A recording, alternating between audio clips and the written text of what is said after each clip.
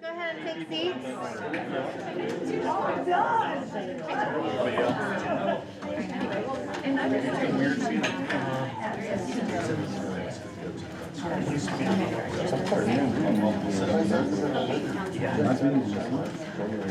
All right, welcome back.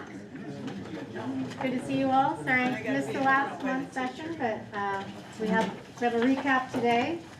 Andy, did you want to do a welcome? I just want to welcome everybody and thank you guys. We have a couple things on the agenda, I think, that upcoming, like, I think when we leave here tonight, we're going to have a better sense of the remaining work around the work that we might propose. We also have some things to do that are going to reacquaint you with the long-range facility plan, which is separate from the bond. So we had been moving, charging towards a bond, which began to elevate large projects and stuff. So we're going to have Dave Bowman show us a little bit about what our buildings need. Because if we went off and did that, but didn't really pay attention to the needs of our buildings over the next decade, 2 decades, then I think we would not serve the district well. And I think we would be creating a huge budget hole for repairs of our buildings. And so we're going to talk about that. We are talking about the possibility of 3 more meetings, August, September, and no later than October, because we do have some work that we need to do.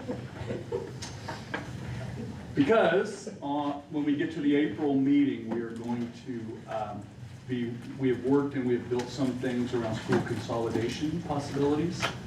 And we will be bringing you guys information to support your thinking on that. I will say this, there are, I think that Tim Washko said at the very beginning, hey, you got 14 elementaries. That is true, right? And that they tend to be a little smaller than most. Also true. But we want to be very thoughtful, and it will be my job to work with the board and you guys so that we have something that they can act on, and that there is some sort of a timeline, and probably some recommendation from you guys for school populations in the out years and what those triggers might be. If I were to leave, right, so I probably have been here longer than I will be here. I'm an old guy, right? We should not avoid that work to set something up so that people can have some certainty, right? We've heard from parents at Crescent Valley that they know now that 4 years hence or whenever that there's a trigger that will begin that discussion in Corvallis when Crescent Valley will close. Because they have certainty years in advance, that is helpful to communities. And so not to rambunctiously run into that, but I think it's something that we cannot avoid given the long-term population that we have seen here. And so be very smart about that. I am going to caution the board, like they may come back, and of course we have a couple of them in here, and say, hey, we want them to give very specific recommendations so we don't own it. The board cannot help it. Sorry guys, Stephanie and Sean, you're going to be in a seat, right? And so that's just the way it is. But we can do our very best to be very thoughtful about that and to think really clearly. And some of you have already asked me a couple questions about that. We're going to do cost per school, per student. We are going to look at a couple of models for what the savings might be, and also what could happen in a bigger school that is not able to happen in a very small school. And so that work will come, and we'll start that in early April. And so we will continue. But thanks for coming, and I appreciate everybody leading in on that. So I'll turn it back to you. All right. Just a brief overview of what we're going to be talking about today. We do have 2 of our guests coming back. Flow Analytics will be here to talk about growth patterns.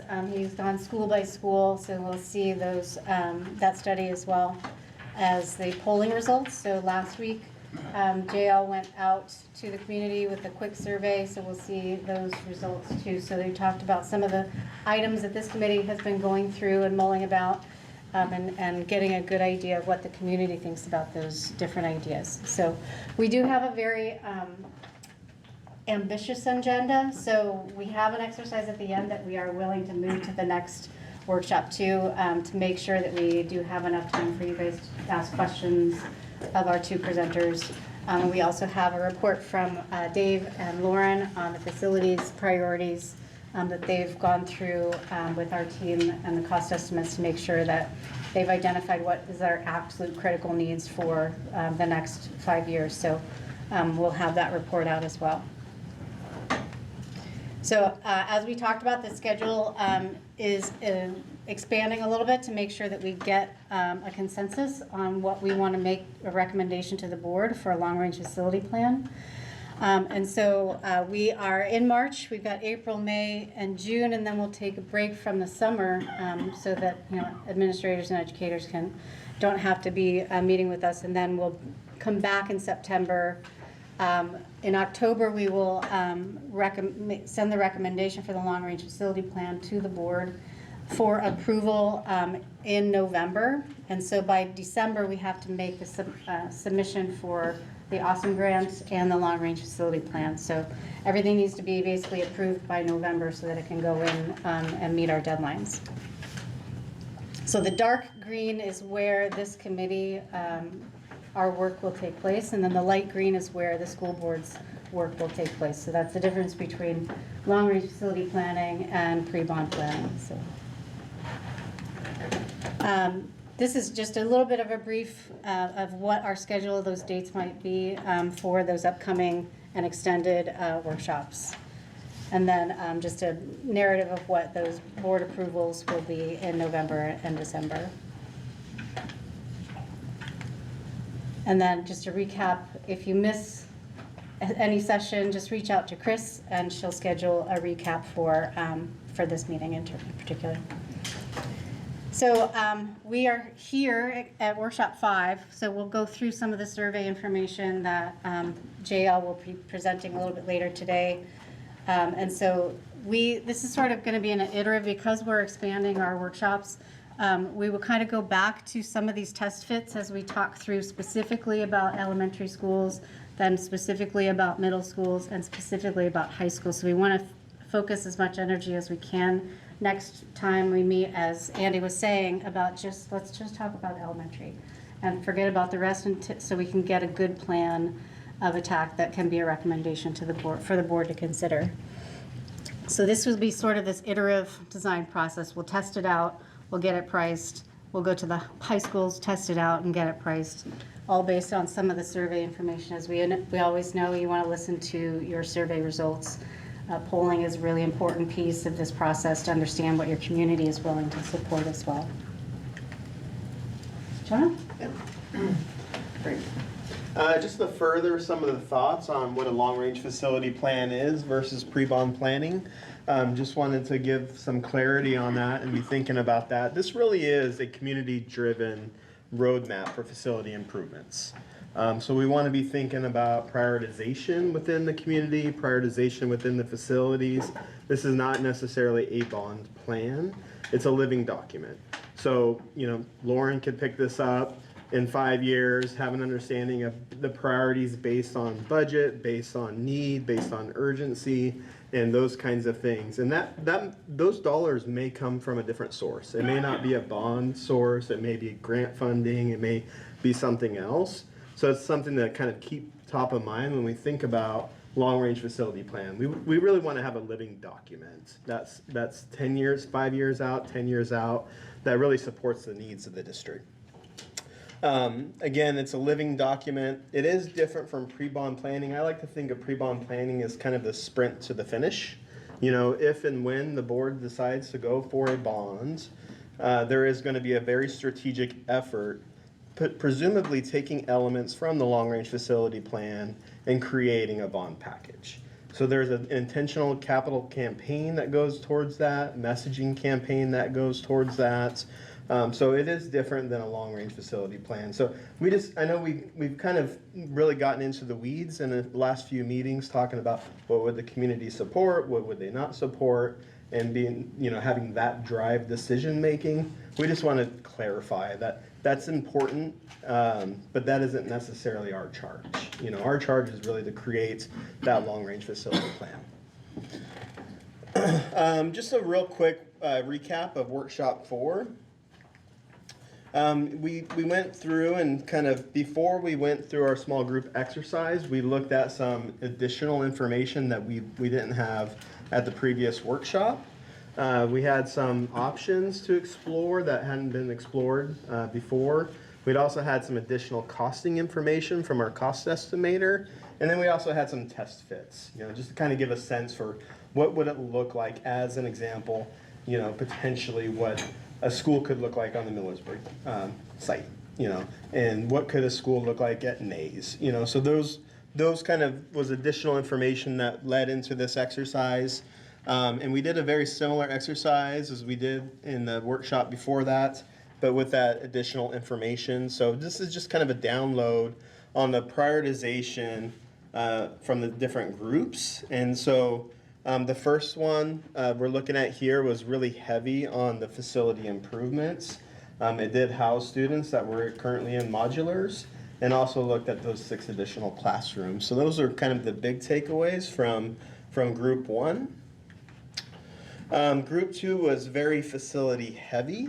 So really looking at large capital improvement projects, doing the balance of West Albany High School, looking at building 2 and 3 at South Albany, some ADA upgrades, secure vestibules, roof repairs, mechanical repairs. It also did look at this elementary school at Millersburg as well. Group 3, again, fairly heavy on the improvements. There was a 6 classroom addition, the building 2 and 3 at South Albany, replacing the remaining portion of West Albany, and then again that new elementary school there. And then group 4 took a step back and looked at just facility improvements for the most part.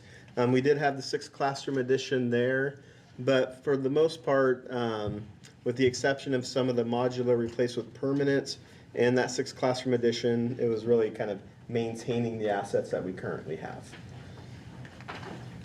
And then group 5, again, elementary school at Millersburg, that 6 classroom addition, buildings 2 and 3 at South Albany, and then for the most part, many of the other things were those upgrades and just, again, maintaining those assets.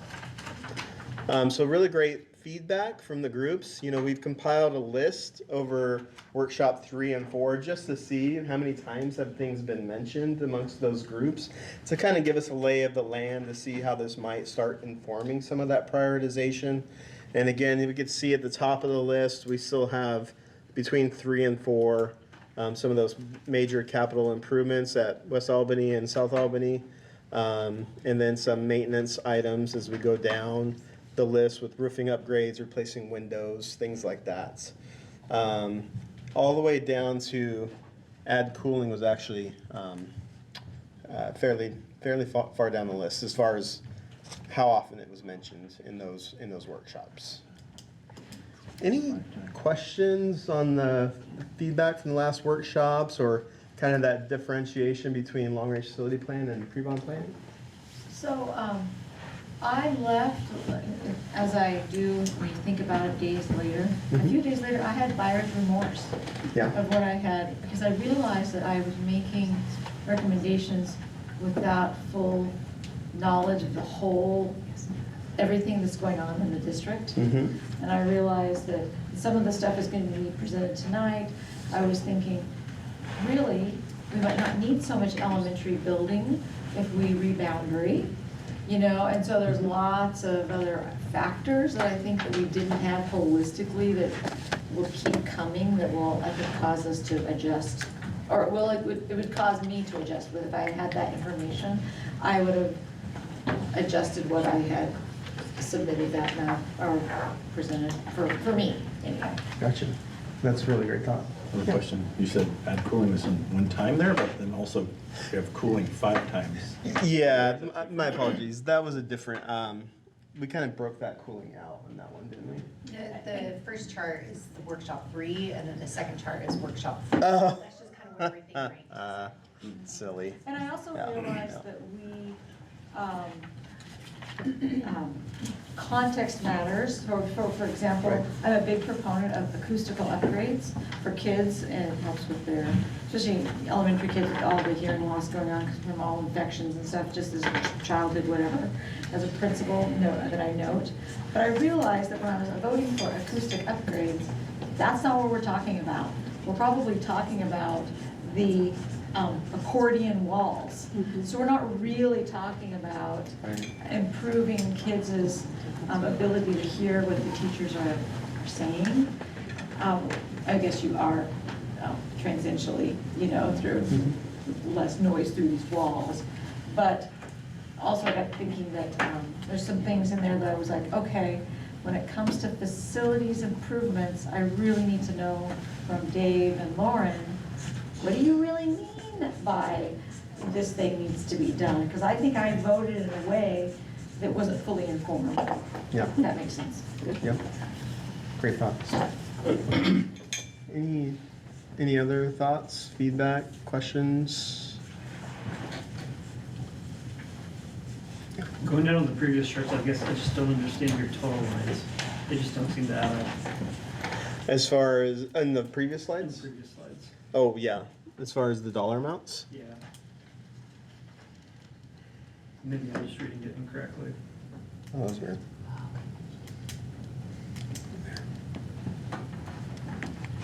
What happened there? You're gonna need to use the mouse and just click on the slideshow.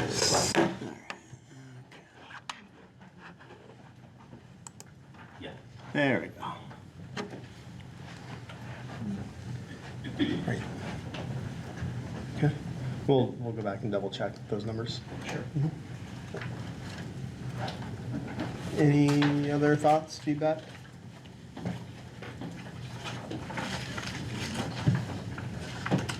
We're running a little early, but, and then we have some connection issues for Alex, our demographer. So what we are going to do is see if JL is willing to present early, and then we can take a break after JL's presentation on the survey results. I'd be happy to. Okay. Just go to, survey after JL. There we go.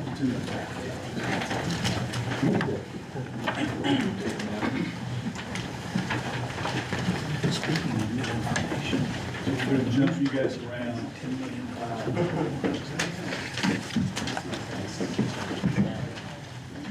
The research is, we don't have the page numbers, but if you flip through it, you'll be able to see Nelson Research. After the flow analytics report.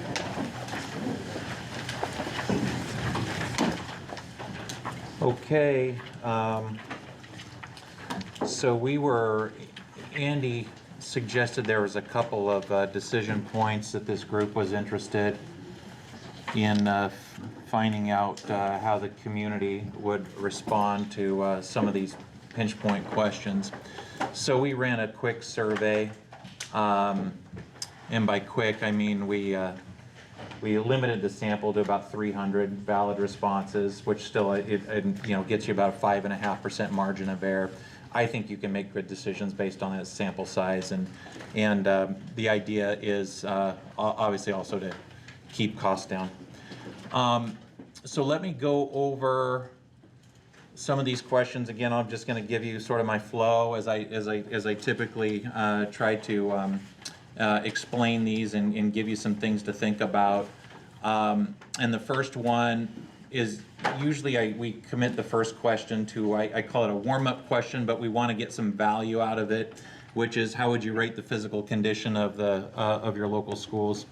And this tracked with the last survey, I think, pretty closely, in that I would say a plurality thought that the condition of the schools was only fair or poor, which typically stages a measure fairly well. The one thing that looking at the crosstabs that I want again to reiterate to this group, and I know I talked to you about this last time, your voters in this measure will largely be disconnected from the district. your voters who you know are going to show up in an election. We call them your high propensity voters. They're going to show up in every election, are going to be 60 plus. They're not going to have kids in school, so they will be largely disconnected from the district. And their observations about the district are different than yours, and they're certainly different than the parents of the kids who go to your school. And a perfect case in point is this question number 1. And so your 60 plus age demographic actually has a much more positive view of the condition of the schools than your parents or those that are their parent age. And so the reason I want you to keep that in mind is because you're focused on one thing, but the voter that you're asking to approve has a different perception of the district, and it's very. I sent the crosstabs to Andy, but you'll see when your high propensity and your 60 plus voter has a much more positive view of the school and the conditions of a building than the community at large. And so I just want you to pay attention. That needs to be in your mind as you think about how you want to put this together. I heard, I talked about this with Andy, that there was some, there's some thoughts about should you focus on maintaining and repairing schools, new construction, or some balance of the two. There you've got your feedback. It's a plurality of respondents want some sort of balance between maintenance and new construction, but you will see it in the subsequent responses with a heavy orientation actually toward maintenance. Because you'll notice when we ask questions about new construction, I think whether it's the North Albany School or what, you'll see that those the favorability of those things drops, which tells me, reading between the lines, there's really going to be a heavy emphasis on maintaining what you've got. And I'm not saying you don't mix in new construction where appropriate. I'm just saying you're going to have to be judicious about it because people clearly are paying attention to that.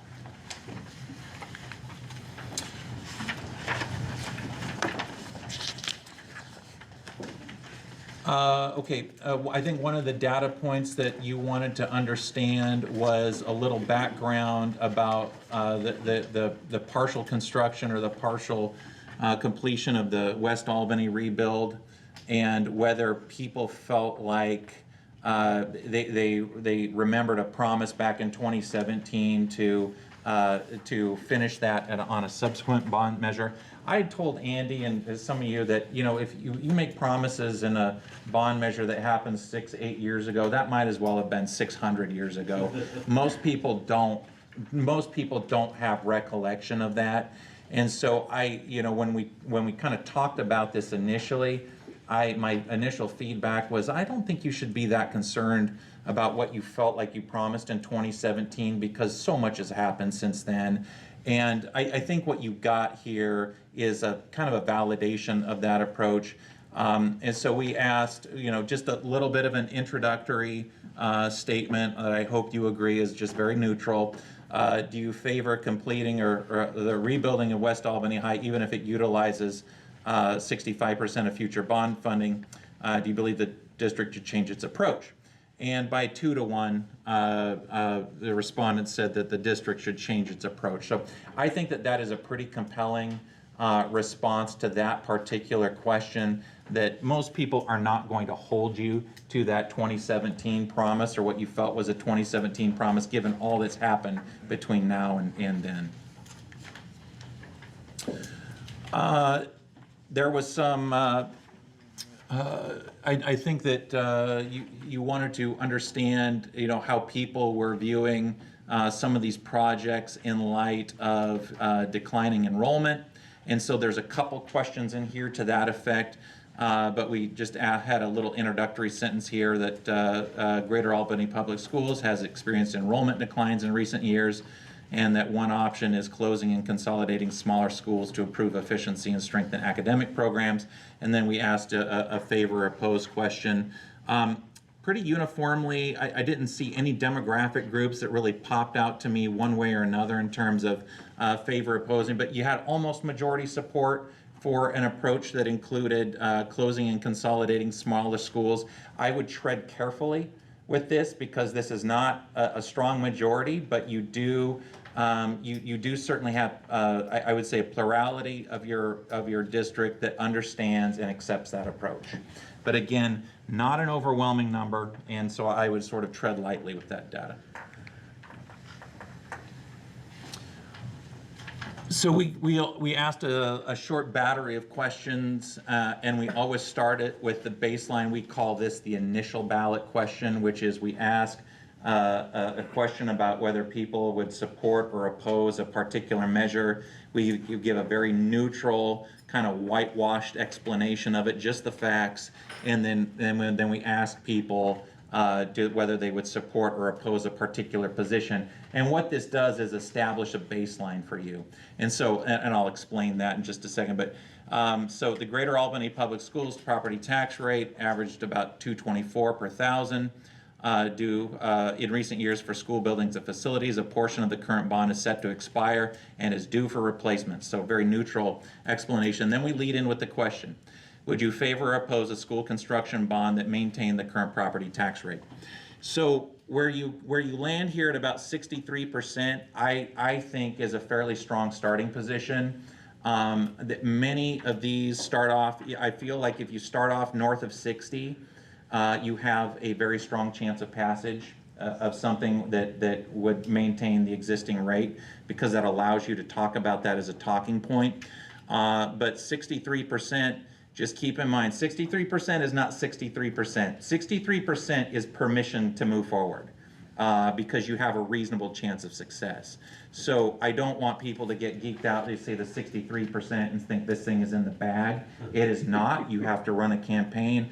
How I perceive the 63% is you have a realistic opportunity to move forward successfully, so let's explore further. And so I view this as a very positive sign, but I'm just going to be real about when I see 63% on election day, and you said, well, I thought it was at 63%, we passed with 52.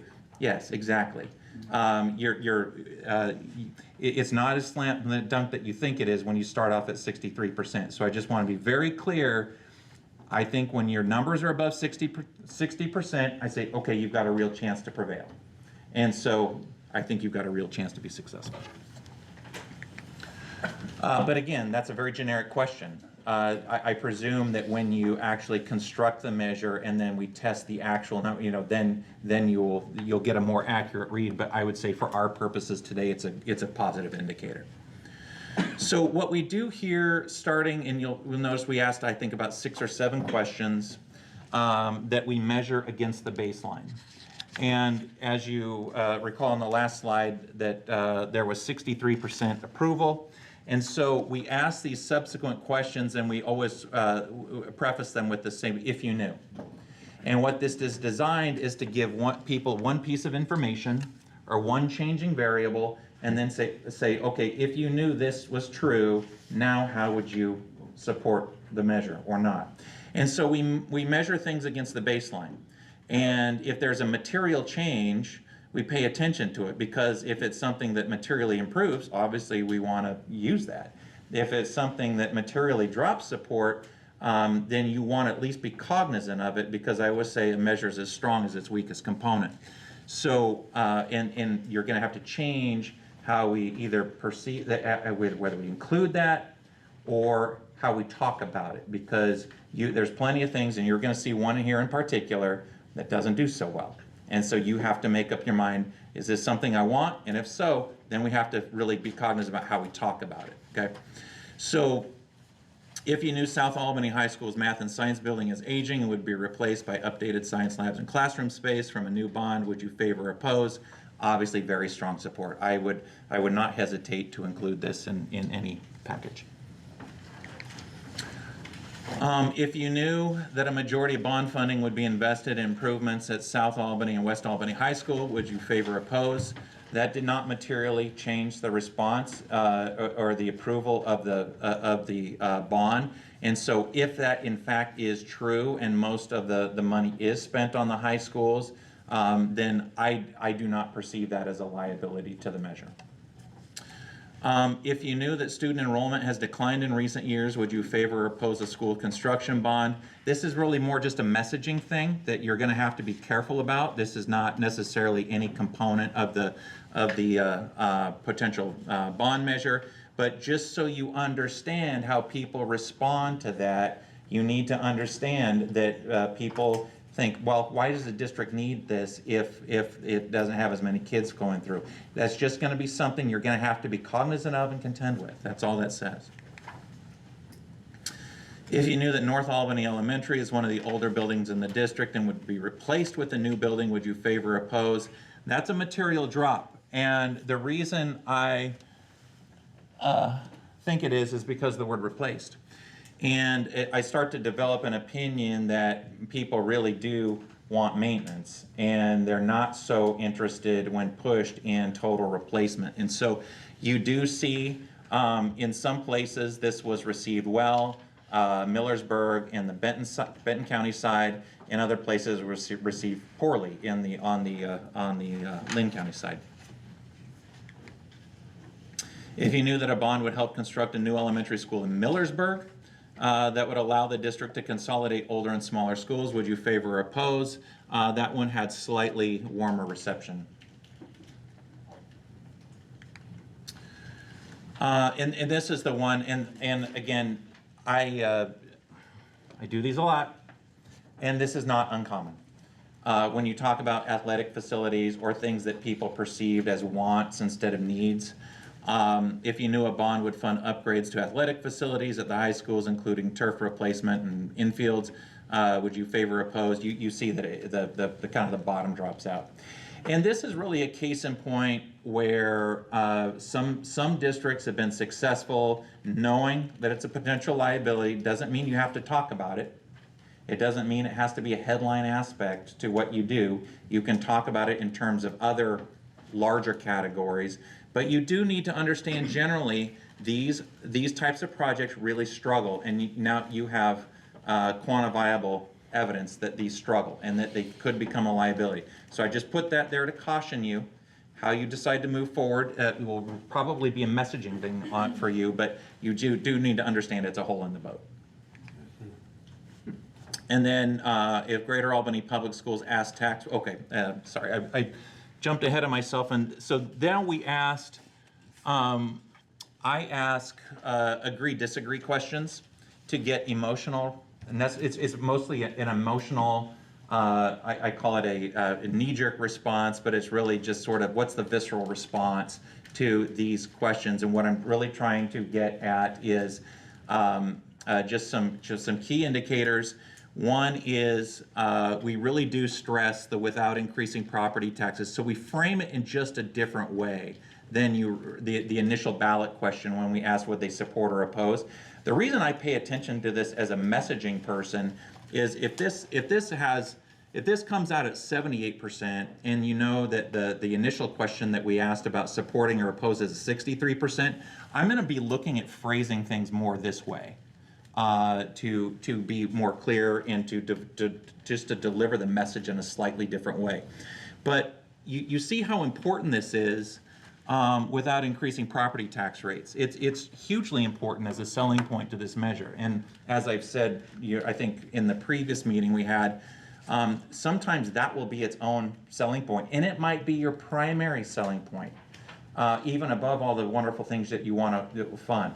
And so just be cognizant of that.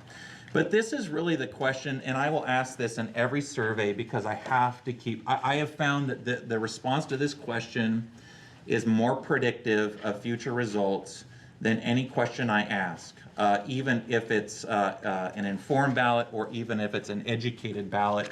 I've actually found a higher degree of correlation to this question response, which is why I include it in everything. And the reason I do is because sometimes people don't like to say that I'm not voting for my schools, and sometimes people will vote no for reasons totally unrelated to the district, and it's all about their personal economies, their personal finances.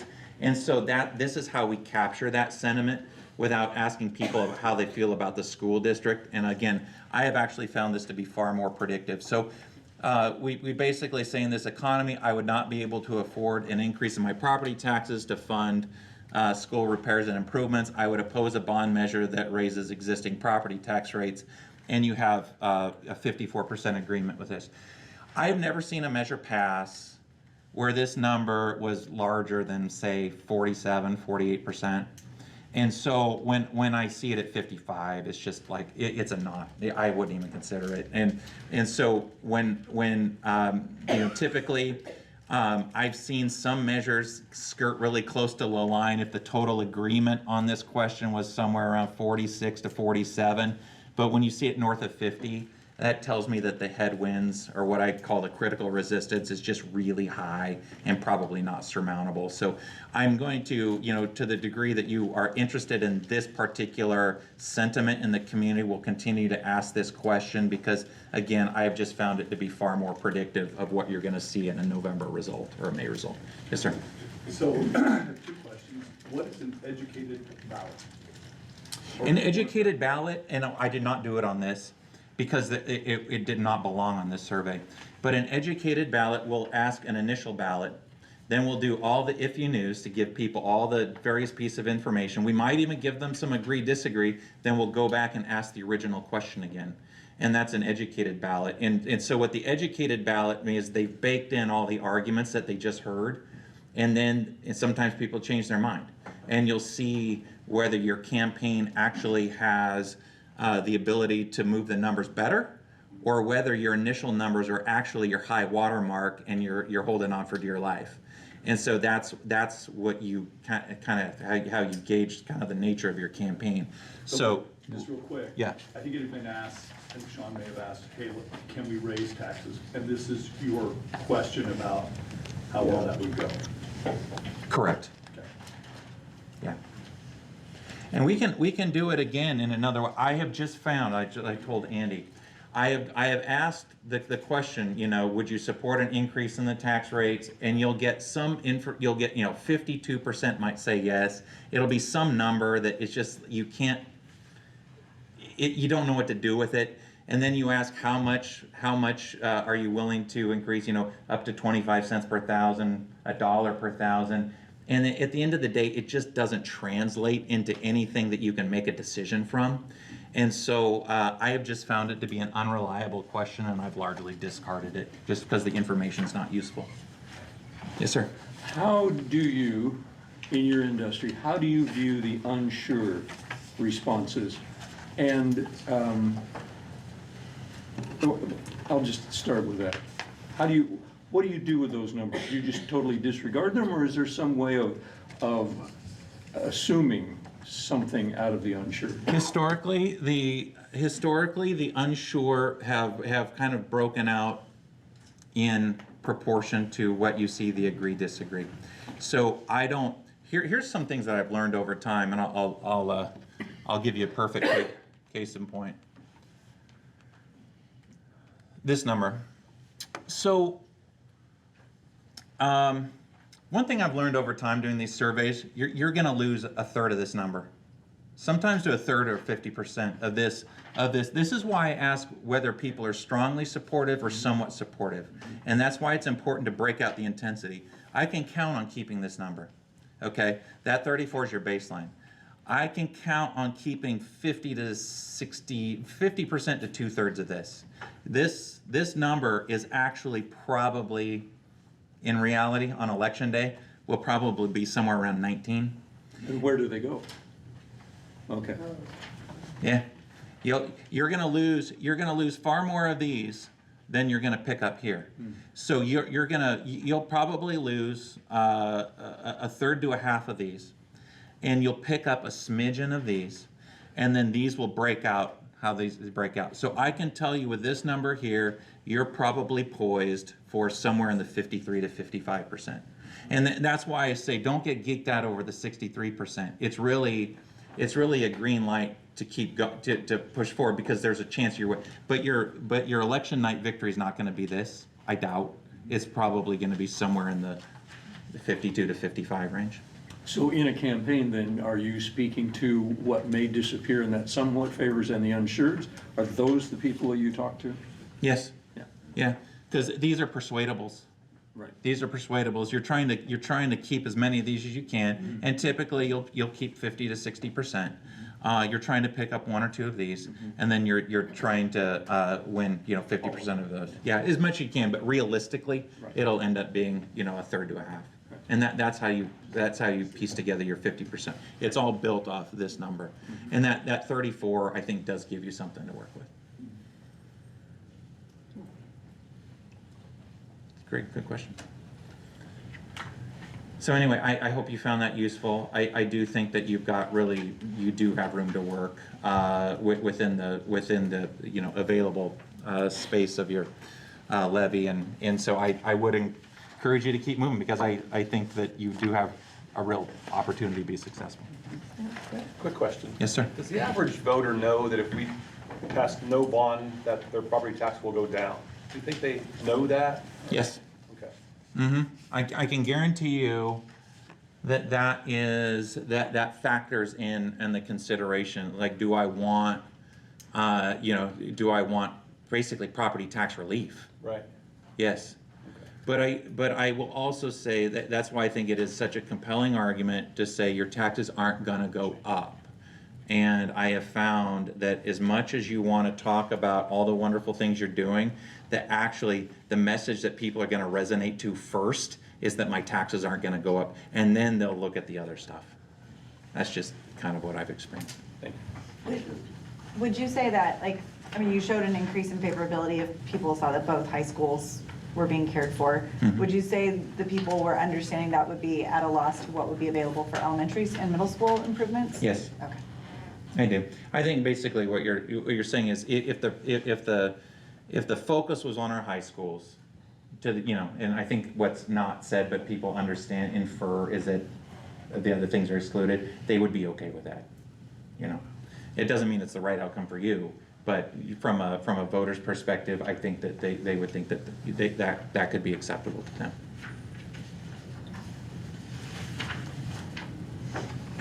It's too quiet. Anything else? Okay. Thank you. Thank you.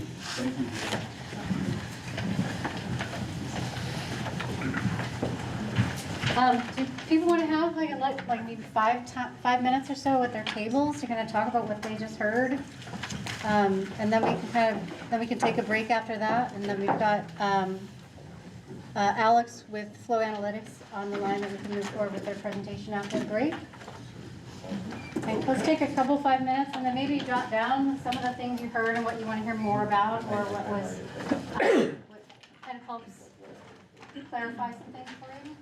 Pretty much what we heard earlier. That's pretty much what we heard last time.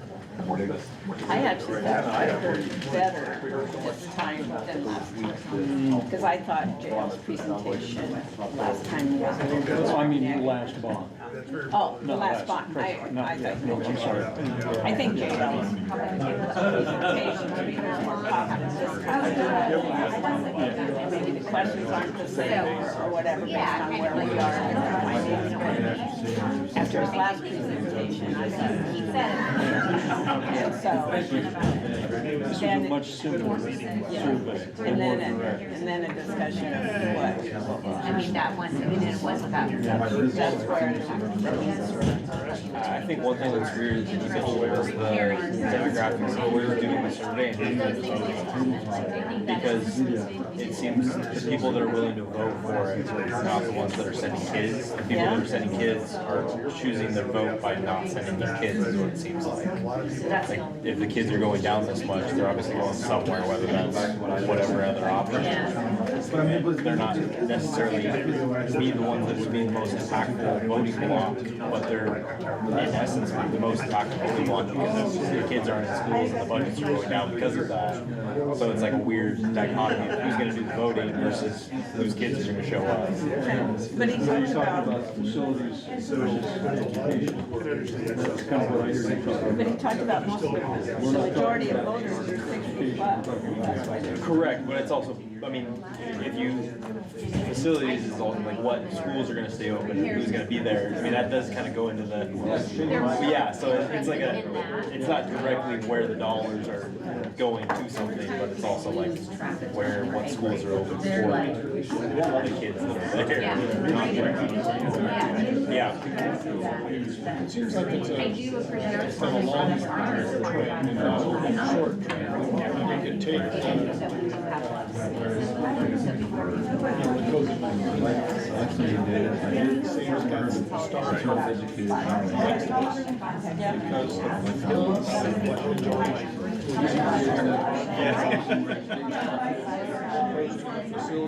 Yes, there is like,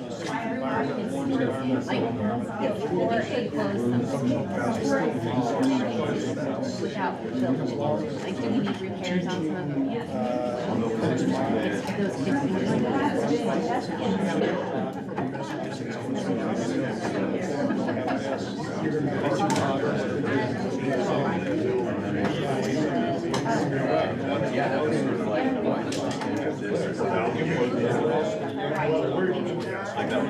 They're voting a different way, yeah. With the kids. Correct. Yeah. They just, they've aged past that.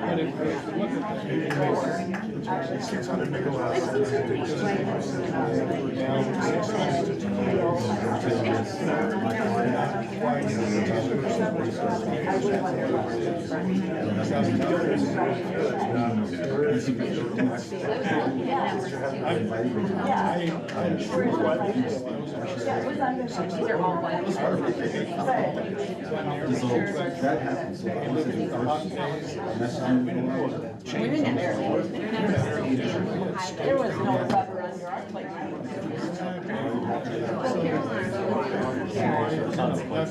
That's certainly, I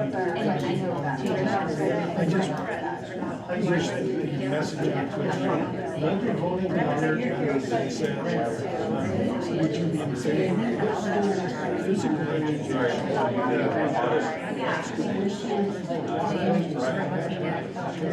There are not many things that get turned on. In fact, 78%.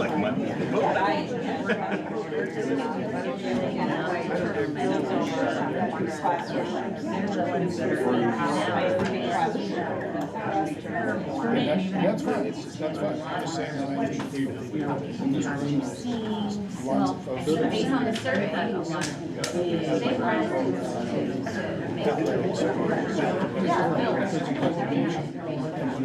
well-rounded child.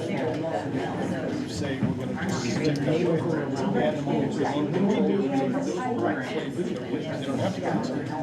But I'm not saying true. I just know when they start high school, 8 football games a season. And that's what we thought. It's just to soccer,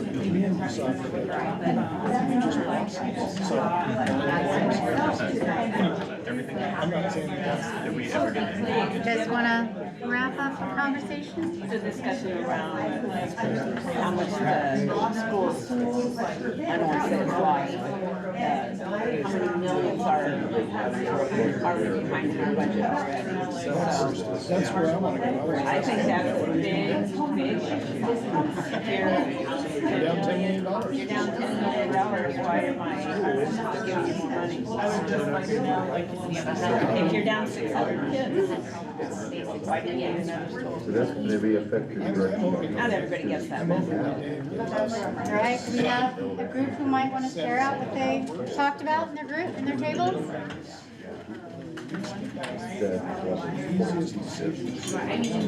Do you guys want to talk about what your tables discussed?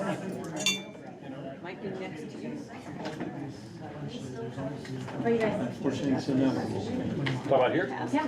Yeah, pretty eye-opening. Appreciate the process. The surveys are, Everyone's deeply. Want to see if they want to sit more time or spread? We'll talk right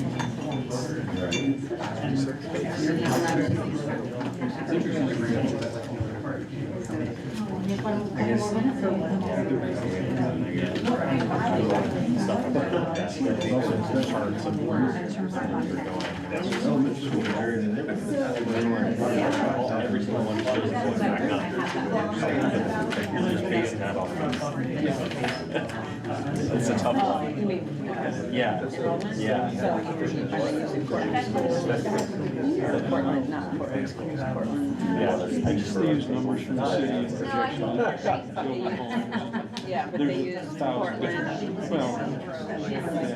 I mean, I College read up there is where the city gets the more taxes. yeah, I mean, I read what it's saying, it's like the birth rate is going down, the enrollment rate is going down exponentially faster, and the ones that they're projecting is going back up, and it's just like, why? Yeah, for how? Yeah. It's tough, we just ignore the main that we so far out of people's. All right, ready to wrap up our conversations? Is there a table who would like to talk first about what your group talked through? Happy to start. Okay.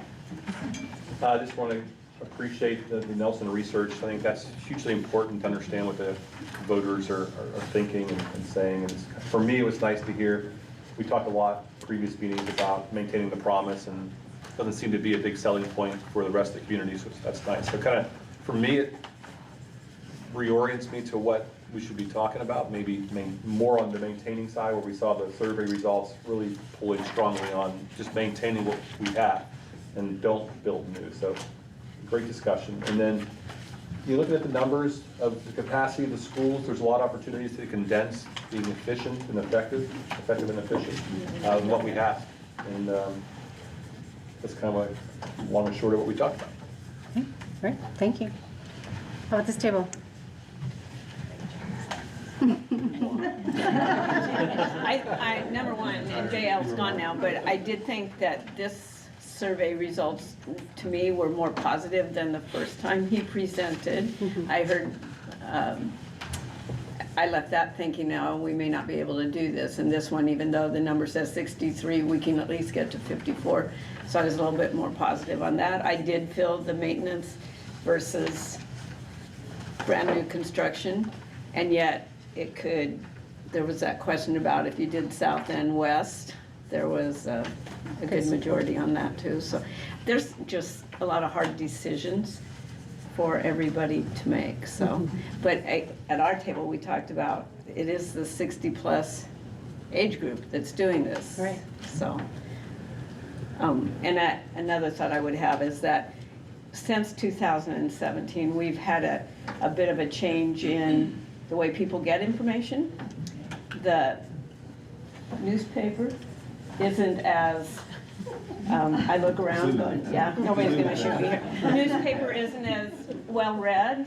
And so again, social media or other things tend to be where people get, unfortunately, their information. But when you don't have a strong paper or something else to help you get that information out, it's gonna be a harder sell. Okay. This table back here. Okay, so, so we talked about the numbers, but I went to messaging, because I know from my work, I work with seniors, people over 65 every day, 365. And I know for a fact that when they get their ballot book, the guide, they have meetings. They sit down and talk about it, church groups, reading groups. So I think the messaging for me would be a table talk, something like this, talking about making a future investment. That's why I care about Pam. I'm gonna vote for this bond, because it's investing in your grandkids and your grandkids and your grandkids. So let's support our schools and have those real conversations. The campaign could be as simple as a series of table talks, community conversations about it, and sharing, have the older folks share their thoughts on why they support the bond and we'll vote for it. We also talked about the the school west and south, they're the most visible schools we have. You drive down the road, you see them. The South Shores, the Liberties, the Sunrise, they're buried in the community.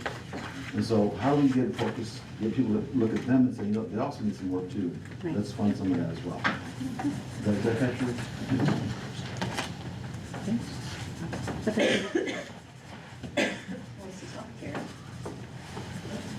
We were very happy to have the information. We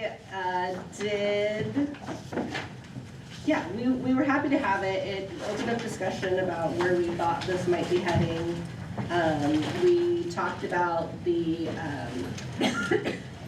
folks, like we have musical kids versus sports kids, and like that dynamic, it was interesting to see if we're gonna give it to sports, it didn't fare as well, and had some conversation about educating folks on the maintenance and what it means to provide sports in our community, and why it's important for it to come from our schools, I think. And then we talked about just the conversations in our community groups and our churches and things like that, and how that is vital.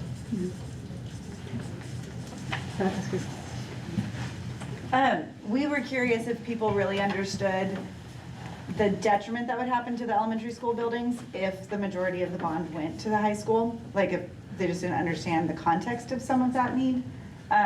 We also were talking about really need to be careful on the messaging so people don't think I could be saving $1,000 by not voting for this bond. Yeah. Especially, and so that's where we thought the May timing is much better because they're not freshly off of looking at their tax bill. But also we were like, how many people are paying mortgages where it's just a part of it, so they're not necessarily feeling that month to month. I know we're missing one. Was there another? Okay. I was pleasantly surprised to see that, you know, the 60-plus community is very supportive of your school district. That's not always the case. There's always kind of a, not my kids, you know, not my problem kind of thing. So it was a very supportive result, actually. So we have a good support group amongst their community for that. But, I mean, having high schools, you know, everybody's going to go to the high schools eventually, so that does touch every student in the community, so that's not surprising to see that support behind the high schools. Ann, did you have a question? No, I was just going to add that, go ahead. Yeah. Finish your comment. But it doesn't necessarily mean that it's only just high schools, so that's a positive thing to see some of the reaction to elementary consolidation that we're going to be talking about a little bit more in depth next session too. So everybody, I'm you know, read it in the papers about schools and declining enrollment and things, that it is a thing that needs to be discussed. Oh, that was our one other thing. We were surprised that there would be such support for adding a new 500 student school while knowing the enrollment is declining.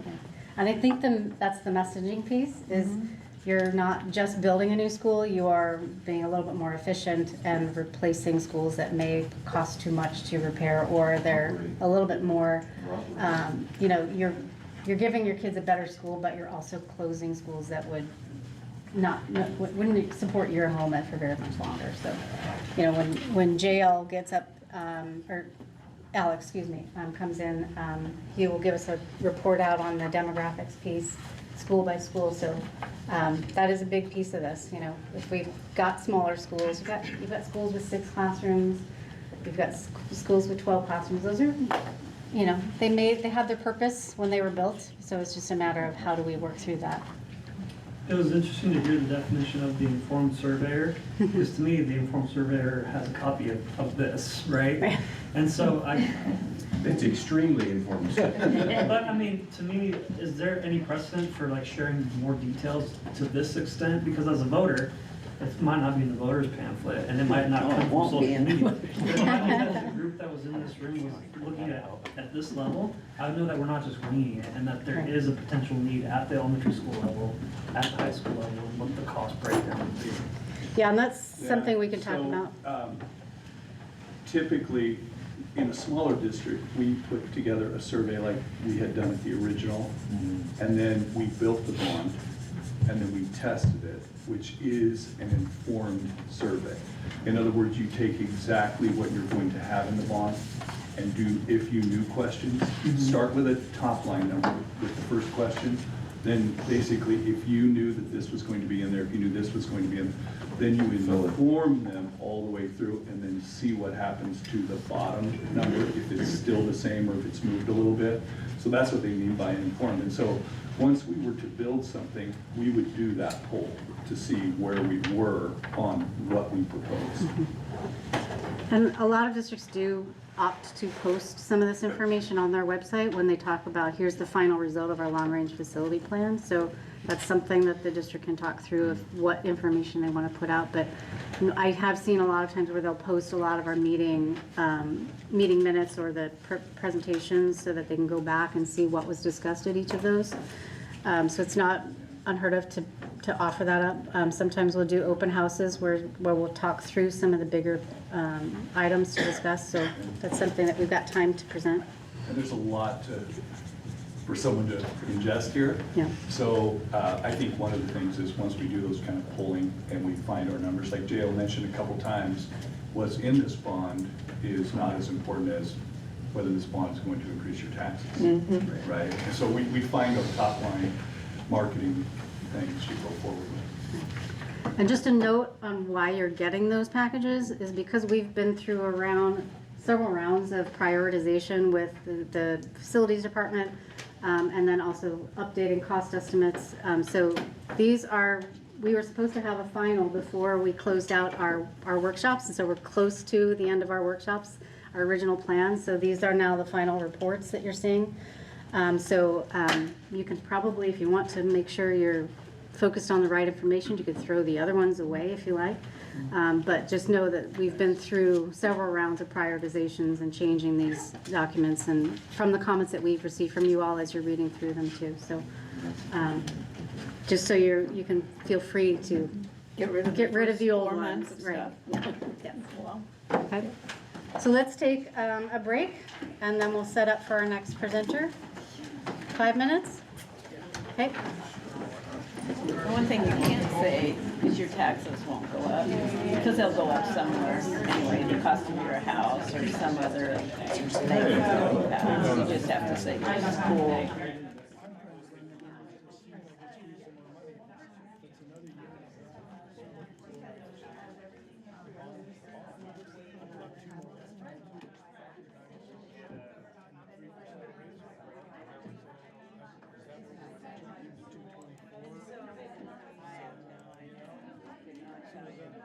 Do you also need me to turn my microphone on so that the owl goes through my account so that he can hear?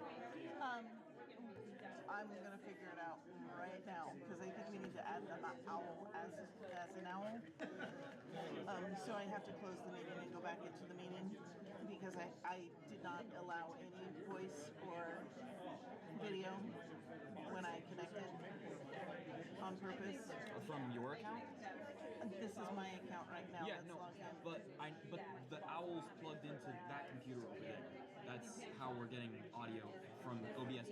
So what I can do is I can unmute on my account so that when are you saying audio output? Or no, so this is plugged into the wall and the wall goes to yours, yes? Yeah. Okay, so let me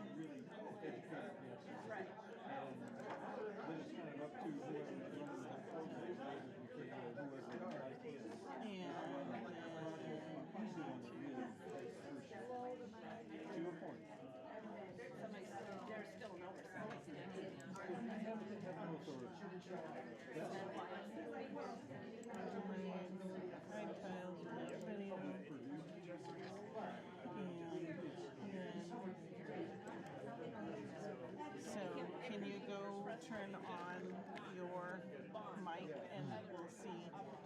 We might not do the camera tonight, but let's see yours. okay. Why did I just my life? Does he share his screen? That'll be. Yes, we made him a co-host.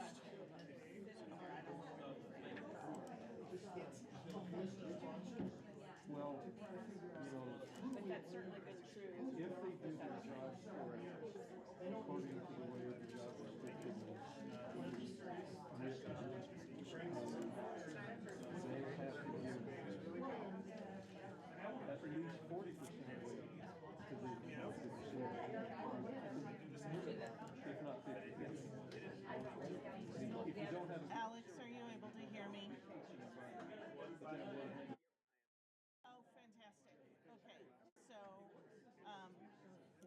That is perfect. We want to, yep, it's, so, we have made you a co-host, so you should be able to share your screen right away. And, then, are you going to be sharing your screen? Oh, I just didn't know if you wanted us to run the slides here, or if you were gonna, it's going to be better and more efficient if you run your slides. Perfect, okay, so let's go ahead and do that, and then.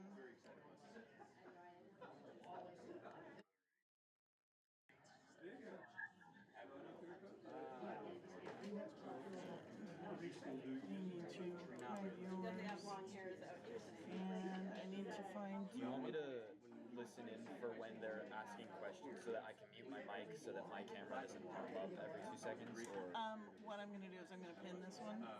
oh, because if he's sharing, it'll stay. Yeah. Whoops, what did I just do? I unpinned You it. unpinned it. Sorry about that.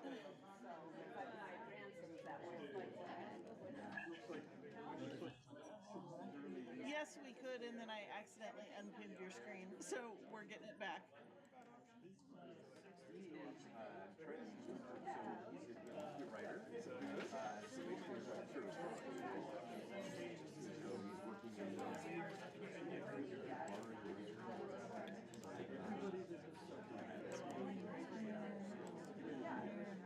There we go.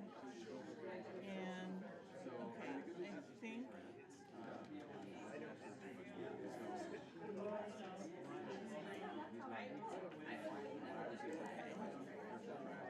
So I think you are good to go. We have you on the screen, and yeah, you can hear us, we can hear you. We'll just need to make sure that we keep the room quiet, and we'll let the presenter here know that if there's challenges with folks here hearing, we'll come in and turn things up as much as we can.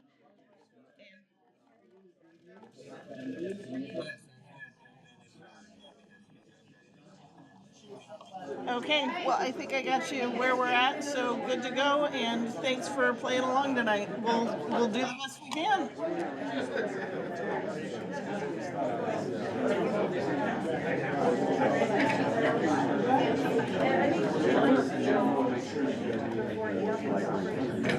Oh, no, we're here and walk. It's nice to meet you. Yeah. All right, we're gonna get started. You can take your seats.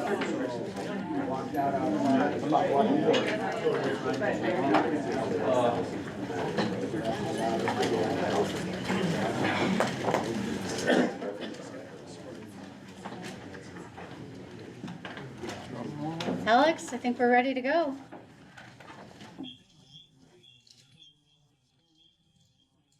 For having me virtually.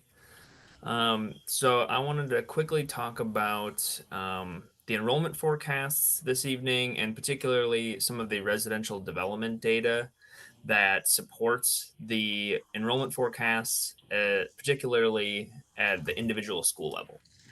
So what I'm going to start with showing on the screen is our analysis of what we call student generation rates.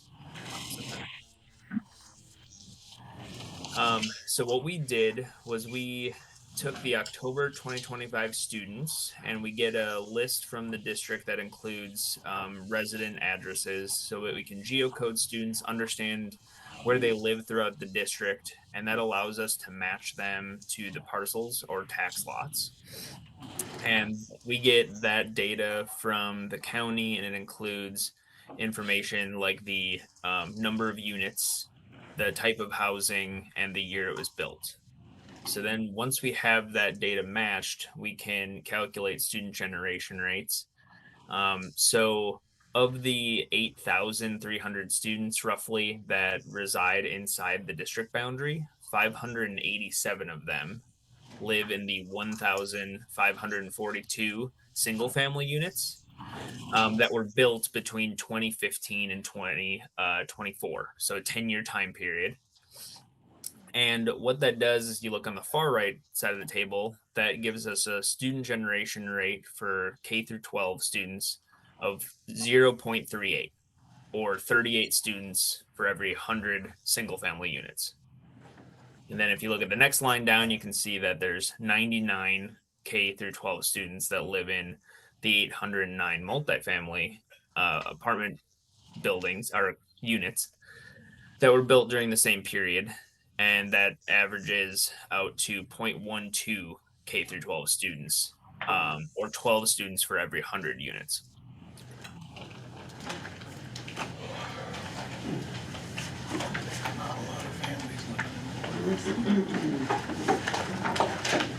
On this next slide here, I'm showing a map of the district, and we gathered residential development data from the city and county planning departments. And we kind of do two steps. We're looking at recent historical rates of residential development, and we compare them to the future expectations of new housing. Thinking about the pace of new housing, how much has been going in the last 10 years, how much we think is going to happen the next 10 years. And that macro trend really influences the district-wide enrollment forecasts.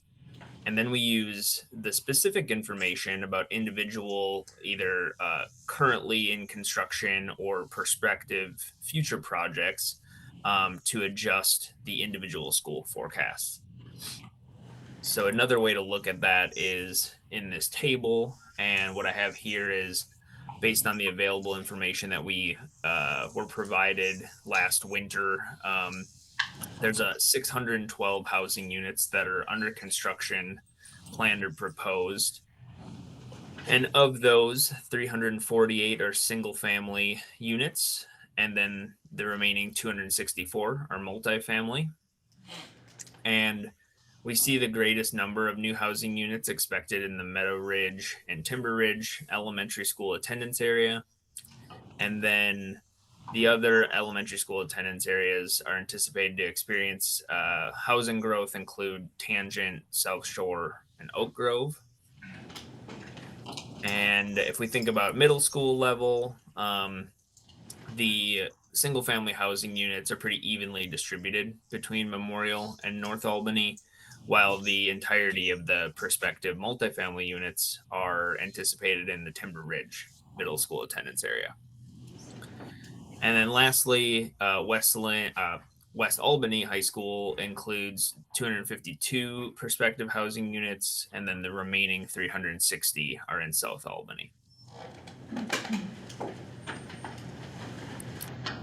So jumping then right into how we came up with the school forecasts. So we have our district-wide enrollment forecast that I presented to this group before.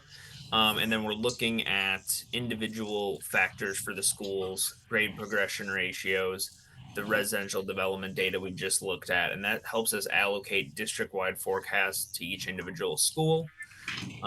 So this table has it just separated out by grade group, K5, 6, 8, and then 9, 12. We have the first column, 2025, that's from October of last year, actual information, and then the 10 years of forecasts. Lastly, far right column shows you the change over the 10-year period. So enrollment at every neighborhood school is expected to decline in the 10-year period for the elementary schools, except for Tahkeena and Tangent, which are expected to remain relatively stable. The K5 level, most of the loss you'll see is expected to occur in the first 5 years of the forecast period, with the majority of the schools anticipating more stable enrollment between 2030 and 2035. And then enrollment in grades 6 through 8 and 9 through 12 is expected to decline in almost every year of the forecast period. And among the middle schools, Memorial is anticipated to lose the largest number of students, 114, while Timber Ridge is expected to lose the fewest at 81.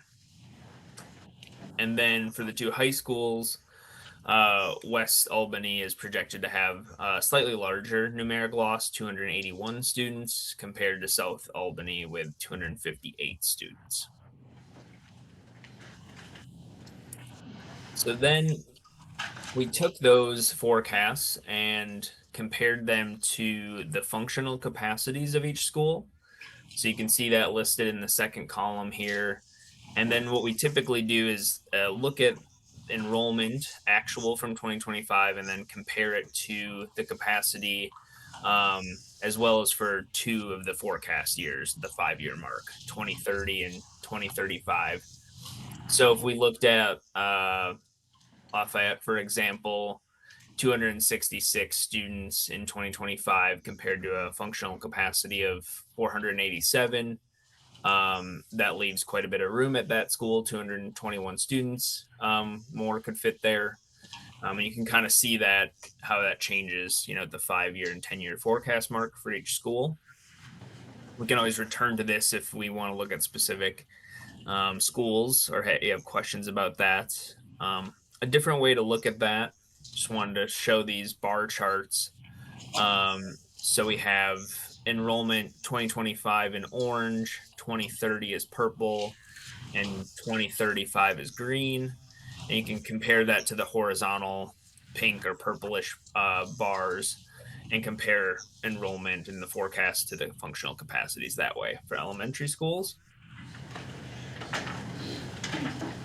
And the same thing for the middle school level and high school level here.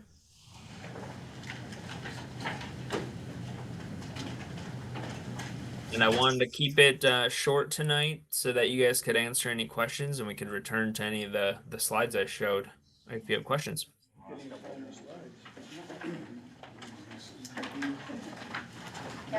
I had a question. So we're missing the last couple pages of that slideshow. Is that possible to get that? We'll get it. Okay, sweet. The graph. Oh, yeah. And then like some of the charts. They're in our packet. Not on. We'll send that out. Say it ends here. It's the last one that we had. This packet has it in it.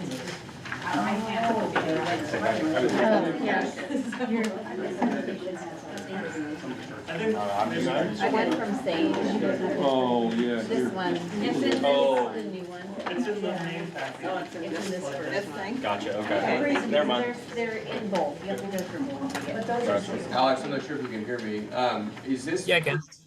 Okay, is this pretty typical across Oregon? Is it specific to the Willamette Valley? Specific to Albany? I'm just curious to see. I mean, obviously this is not what we saw 10 years ago. We saw it going up significantly, so kind of jarring to see these declines over the next 10 years. But is that what you're seeing across Oregon, across this part of the state, or unique to Albany? Yeah, it sounds like you're specifically talking about enrollment forecasts and the downward trend, correct? Correct. Okay. Yeah, generally I work with myself and my colleagues at Flow. We were working with a number of school districts in Oregon and Washington, and this year, but it's been happening for a couple years.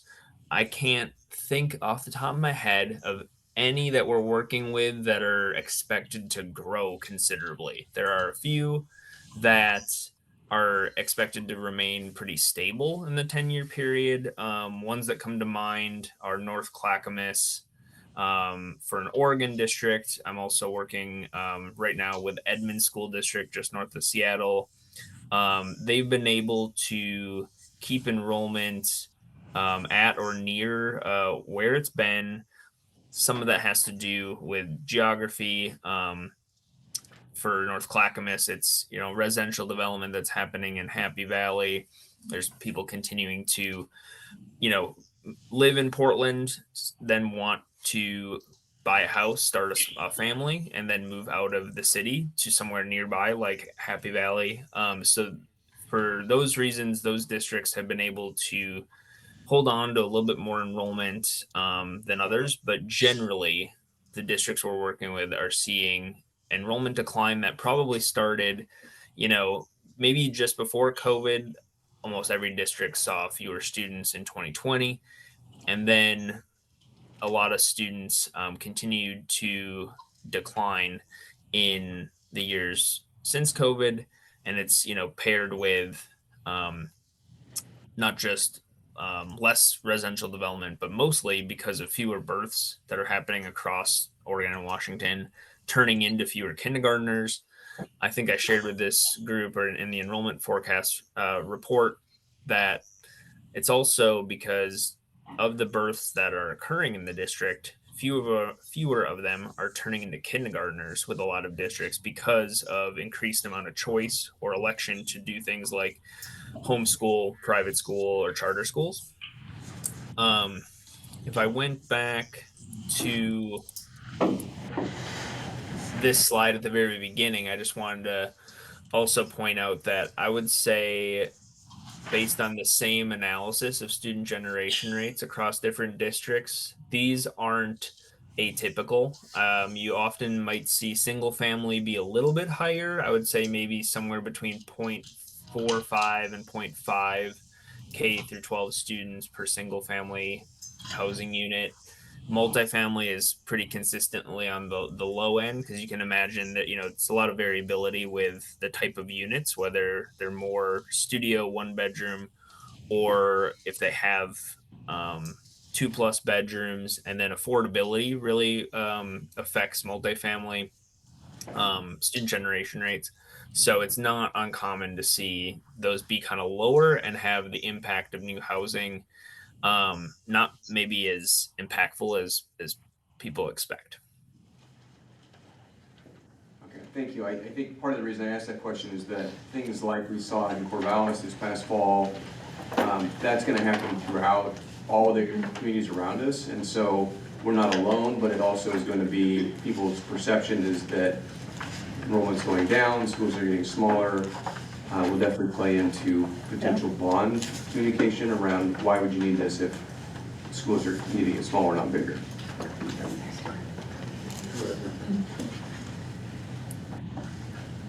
Any other questions, Alex? I have a question about the, particularly in the elementary schools, the capacity.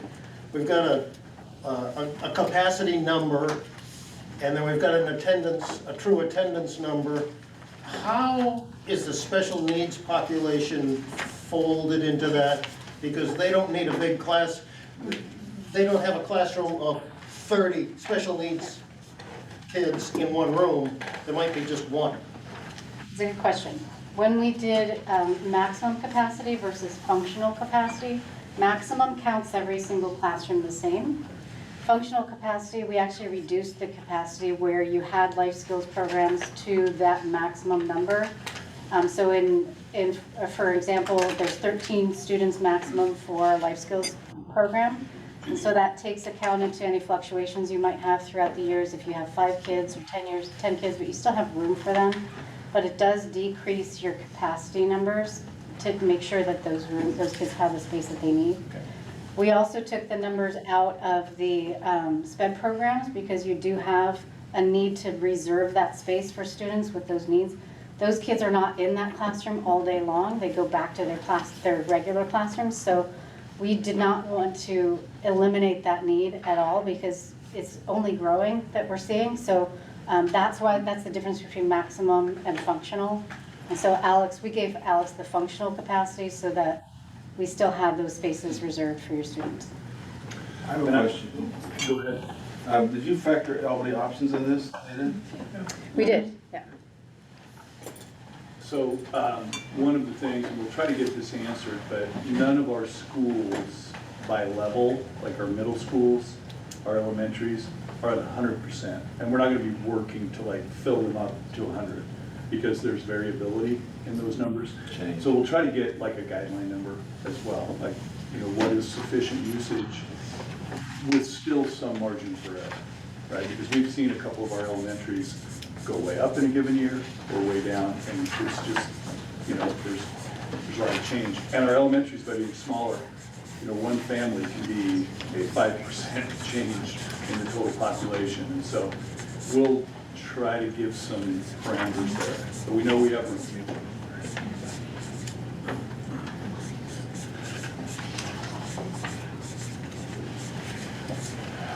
Yeah, so if your capacity is at 100%, you don't have room to deal with a bubble anywhere. So you definitely don't want to have any of your schools get close to 100%. So they have room to move those kids around as that classroom size moves through the school. So. Do you have numbers going back 10 or 15 years that show the capacity percentage of the schools at that point by school? It'd be interesting to see how they were operating then within the district. We can get that information. I think ODE goes back pretty far with your enrollment numbers. The number of classrooms, unless you put an addition on, in a lot of cases wouldn't change, but the enrollment would. We can get that.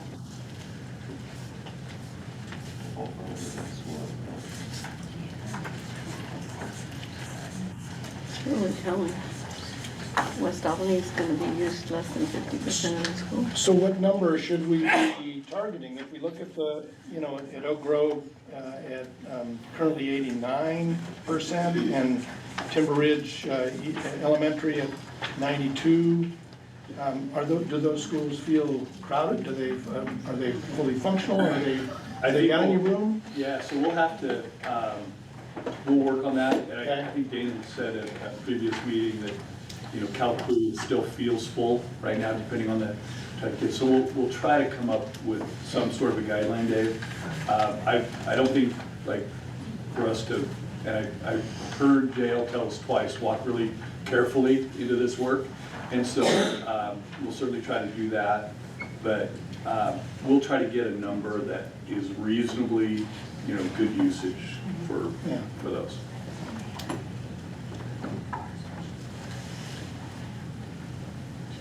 Any other questions for Alex? I have a question. Maybe you answered this previously. So like at Liberty, for instance, there's a modular with 2 classrooms. They're sped classrooms. So how does that factor in? We add those into the overall capacity. We have a table off to the side in our calculations that show like a temporary capacity. Like if those go away, you still have those students to deal with. So we kept those numbers in the capacity utilization rate. So is it 13 in room 1 and 13 in room 2? Right, yeah. If that is used for a life skills classroom or another program that has a reduced occupancy, yes. Any other questions for Alex? We want to do like a 10-minute table talk and then report back out what you heard? What we saw. What you saw? Okay. Thank you, Alex. Yeah, thank you guys. Take care. All right. Do you have another question? No, I was waiting by. Okay. All right, let's report back in 10 minutes. So 7:40. I didn't realize that the potential at West was over 2,000 students. I'll study the capacity, I don't feel like they're different depending on what. Yeah. And that's it today. And it's gonna go down to. I think back in the 70s. Yeah. Well, yeah, we're just making it when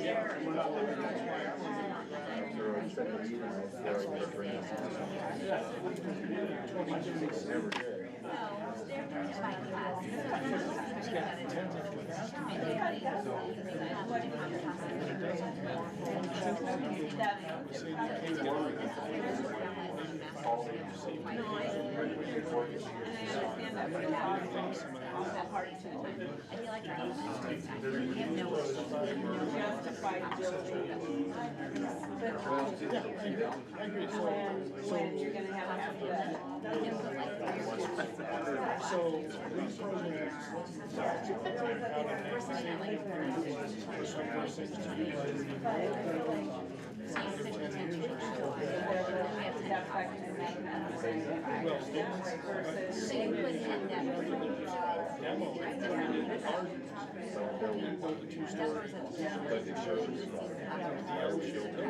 which is probably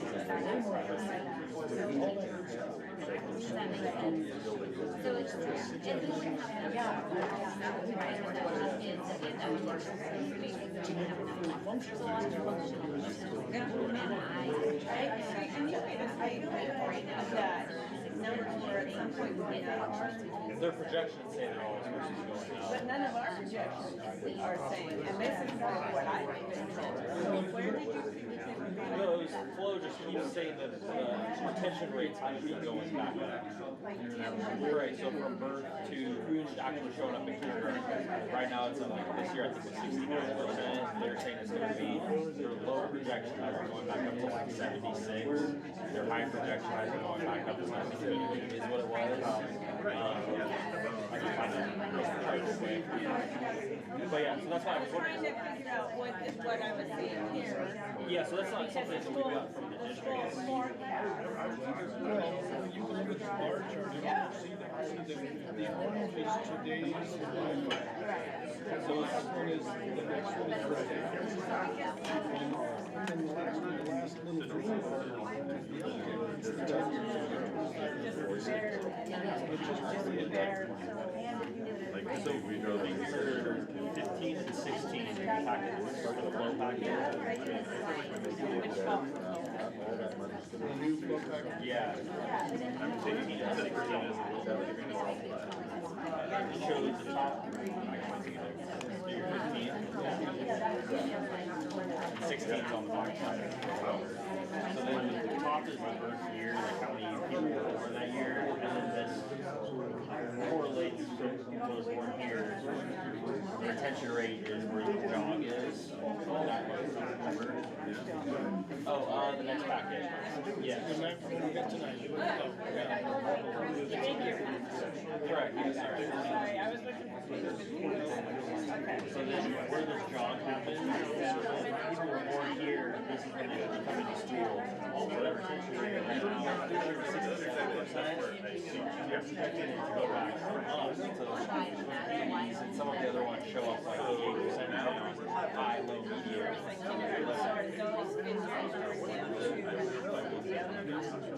They're just, that's where they, that's how many, those numbers are probably what they're projecting in kindergarten classes to be, because this is just the kindergarten. Yeah, it does.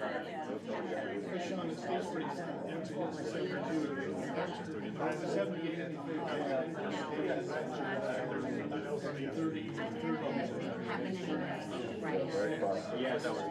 Yeah, well, if you look at the next one over, they have it for the high down lows.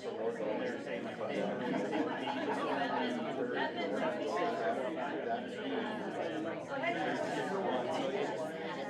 I'm just curious what that's based on.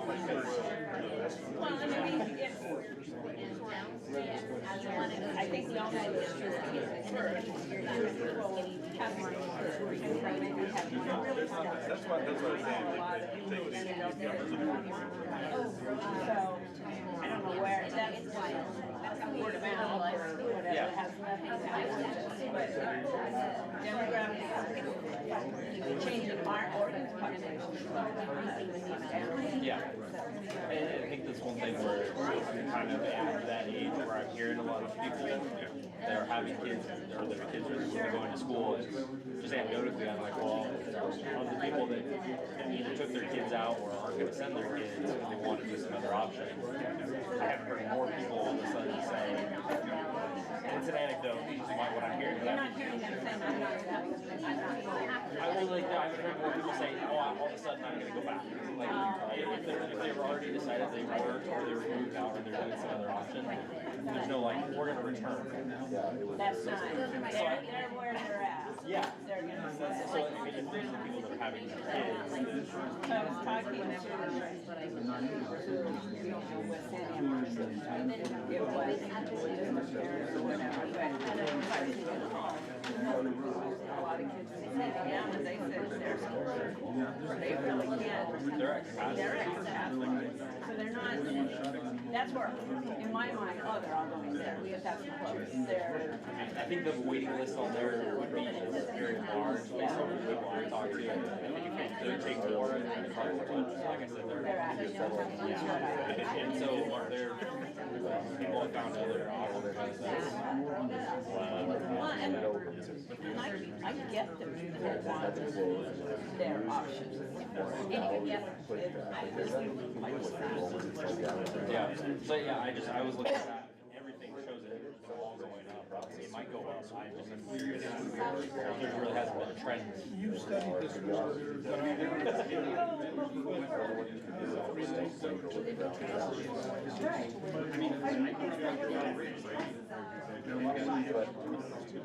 See, I don't, I've just seen this pass along for the first time, with these numbers, so. We don't know the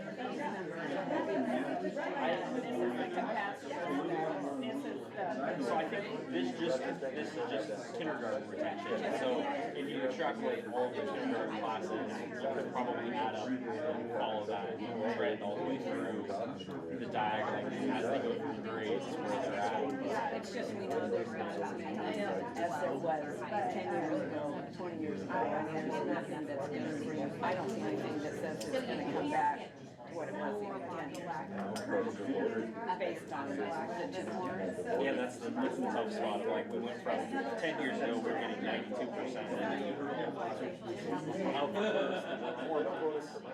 Now we're at 67.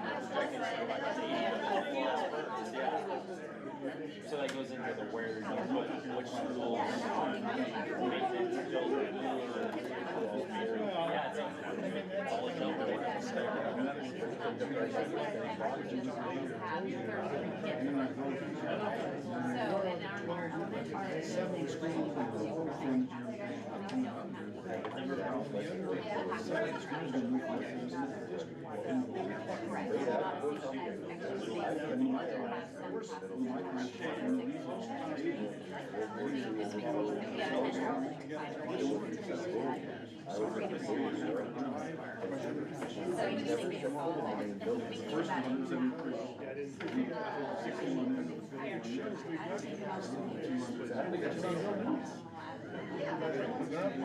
Just redraw the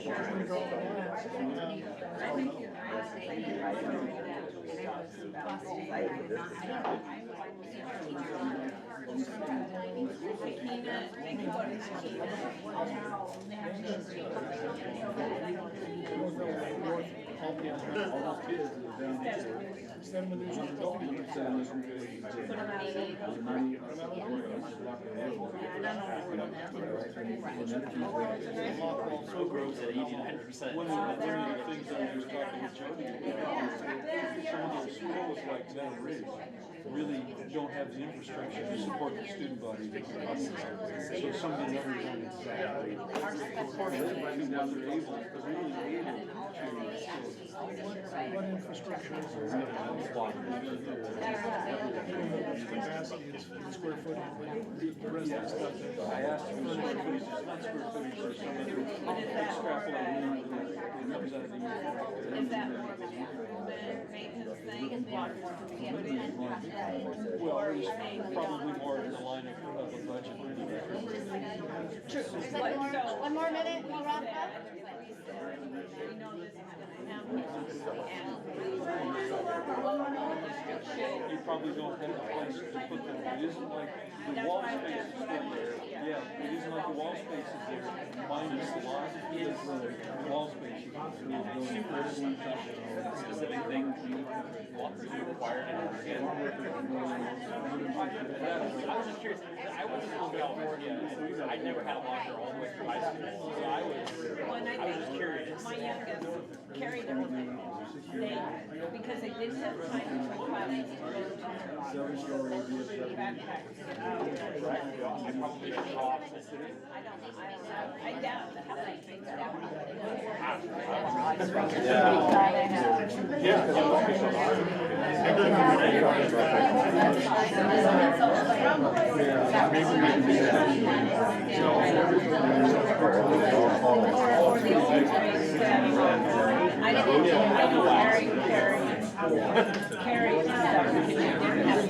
All right. I see all of the You kids going to can school. get to a stopping point for our conversation, start pointing out. So, They're not like me. I don't. but if you have one locker, then who gets it? So, do you have to have 7 lockers or no lockers? All right, we gotta move on. Everything just brings on another question. I know, that's the fun part. Let's start at this table this time. What did you guys talk about? Things that we shouldn't repeat. We are being recorded, so. What did they say? It really gave us a conversation. We spent a lot of time talking about rebound rate, closing schools for efficiency, improving over the overall situation for all kids, and the hard decisions that will have to be made, that will be unpopular for a short period of time, but ultimately, it seems like that's the direction we thought we would have to take. Is that about what we said? Yeah, maybe the hard decisions should have started 10 years ago in this district. Since we're already down 1,000 kids and we're looking at 1,000 more, that maybe we should have already started rebounding, redistricting. 10 years ago, numbers are different. And they were Whatever term you projected want to to go use up. today. It's gonna be a reinforce. Yeah, I think it's. I would say we had a very similar conversation, but we also did talk about how, like, if we looked at capacity numbers versus enrollment numbers with some of those schools, we're very curious, could those numbers in classrooms actually like fit into the current contracts that are there? Like, even though we could say you could fit this many kids in the classroom, do the teachers' contracts say that you could put that many kids in a classroom? Well, that's how we actually calculate it. Okay. So we have a chart that says, because you have different maximum grade grades, numbers yeah. per grade, so we actually did calculate it based on those numbers, if that's in your contract. Okay. How about this, David? Well, it's your turn. Oh, no. I don't know why, I don't know We're why gonna pass I the pointed buck to this. We talked very similarly, and I just say I'm pretty pragmatic, so I just assume take a look at 7 elementary schools within a half mile of each other, and then all the rest of the elementary schools spread out, and think our way through which of the worst do we just start folding down as opposed to putting any more money into them, and talk about a plan that's longer downstream. And we talked about the capacities themselves and, you know, those shifts, but again, looking more at the graphs, and Sean was pointing out to us that it still points to an upward swing as you go out there, even though the numbers are falling. Ratios, Sean has to explain this one, because I said he did his homework better. But regardless of that, I think if you look at the capacities in 2035, 36, then you can see that every school has room. So now, how do we reapportion those schools that we propose to close, send those kids to another location, and then fix those up that we need there? And then maybe we take another swing at reprogramming the revisions or renovations at West to improve traffic flow. There was discussions about there's only one hallway going out. Maybe there's some things we blow out to make circulation better, it's safer, etc., and not bury the whole budget in tearing down the old building. So, you know, those kind of things. Did I miss anything? No. That's pretty much what we were doing.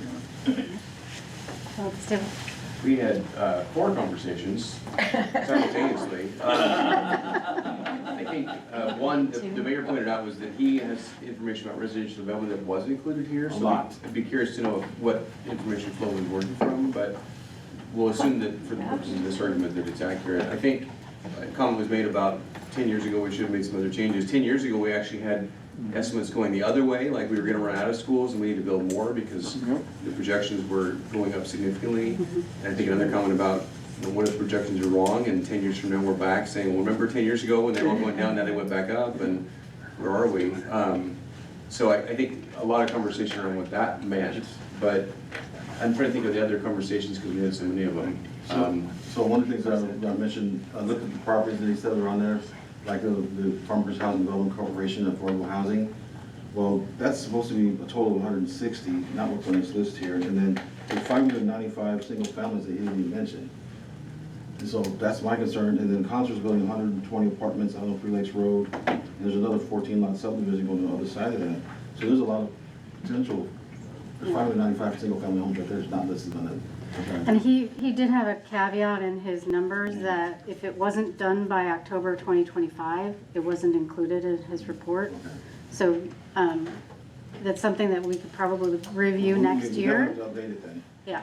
Well, and Mr. Mayor, I think we also, Matthew could answer this too. We look at the building permits that are being issued and then the absorption, so you can look at real estate 90-day cycles or whether they're coming, as soon as they get occupancy, they're being sold so that there's a huge demand. So that 590 could take 3 years to absorb. I know like the Hayden property out there in Mudlark, you drive by the lots now, and almost all of them are said sold on them. Oh, yeah. They're moving. The one thing that we discussed a couple meetings ago about this same topic was all the construction that's happened in our area in the last 5 to 10 years, and we're down 1,000 kids. Yeah. So there's nothing saying either way that we're gonna see growth just because we're seeing more homes built in town. True. Was his And he comment said that too. There's like 12 students per 100 units being estimated. All you youngsters gotta start having babies.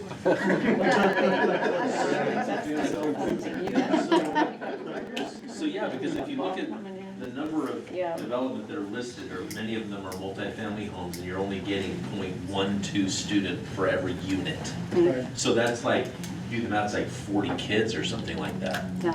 And for the single family homes, it's only 0.38 per unit. So I mean, even with all that build, you're not getting a lot of students, and it's for schools that are already under enrolled.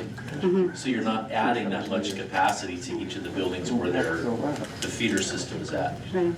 And when you look at to talk about the 10-year plan last 10 years, the schools that were actually added, those are the ones that actually have a higher capacity or utilization right now. So it wasn't too far off. You planned it and you built it and they're actually there. It's just the other schools have kind of suffered from some of that enrollment change. So I want this to go. A lot of the same discussion that's been had already. We agree it's not as simple as a math problem when you look at the capacity versus total number of kids. You can't Tetris every kid into a room and make them consolidate, but we do recognize that there has to be some consolidation of the schools. If the projections are accurate and the capacities are accurate, once we get that rate established for what we should fill the school to, then it does become slightly more of a math problem and how many can you close and start laying it out on a kind of structured timeline of how it happened. We did a recommendation to turn Central into McMinimans, so we can We've been trying to make If you do some discount, for like Matthew, can you make that work?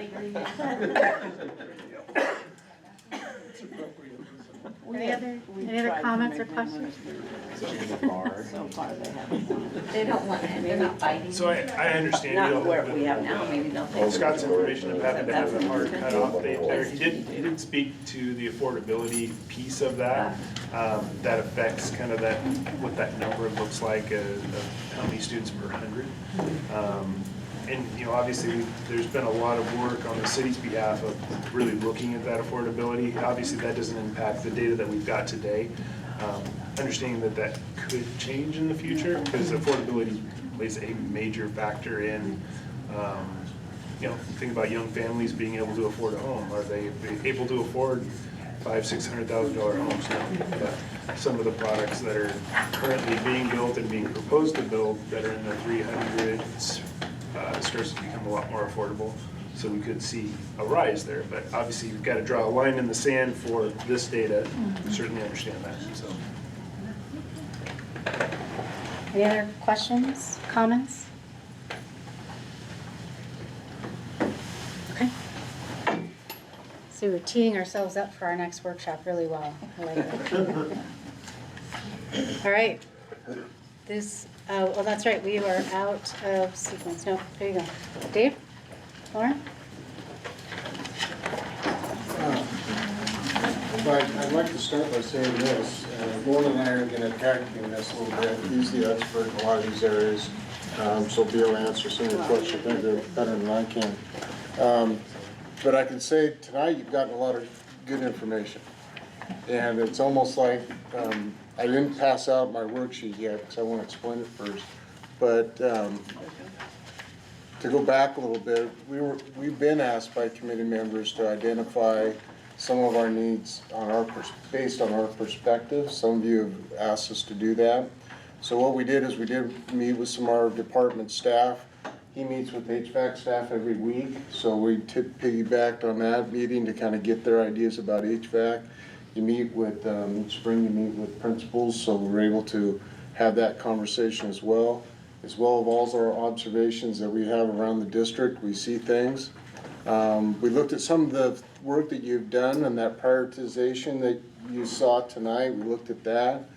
We also looked at expenditures, where we have failures and where things are breaking and pipes that are breaking, accident claims, work orders, insurance audits. We have insurance companies that come through and do audits. We referenced that, and then obviously our on-site.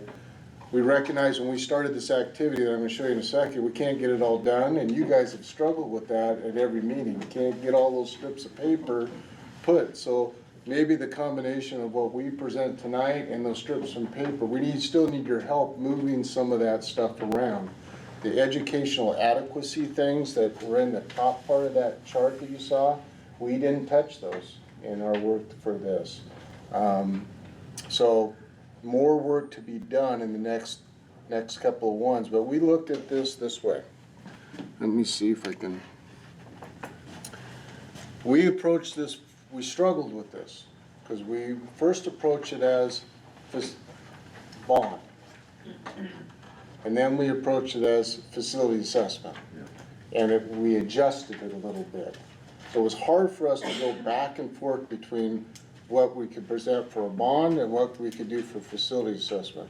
So I would say this up here is more facility assessment of what we need, what we think we need.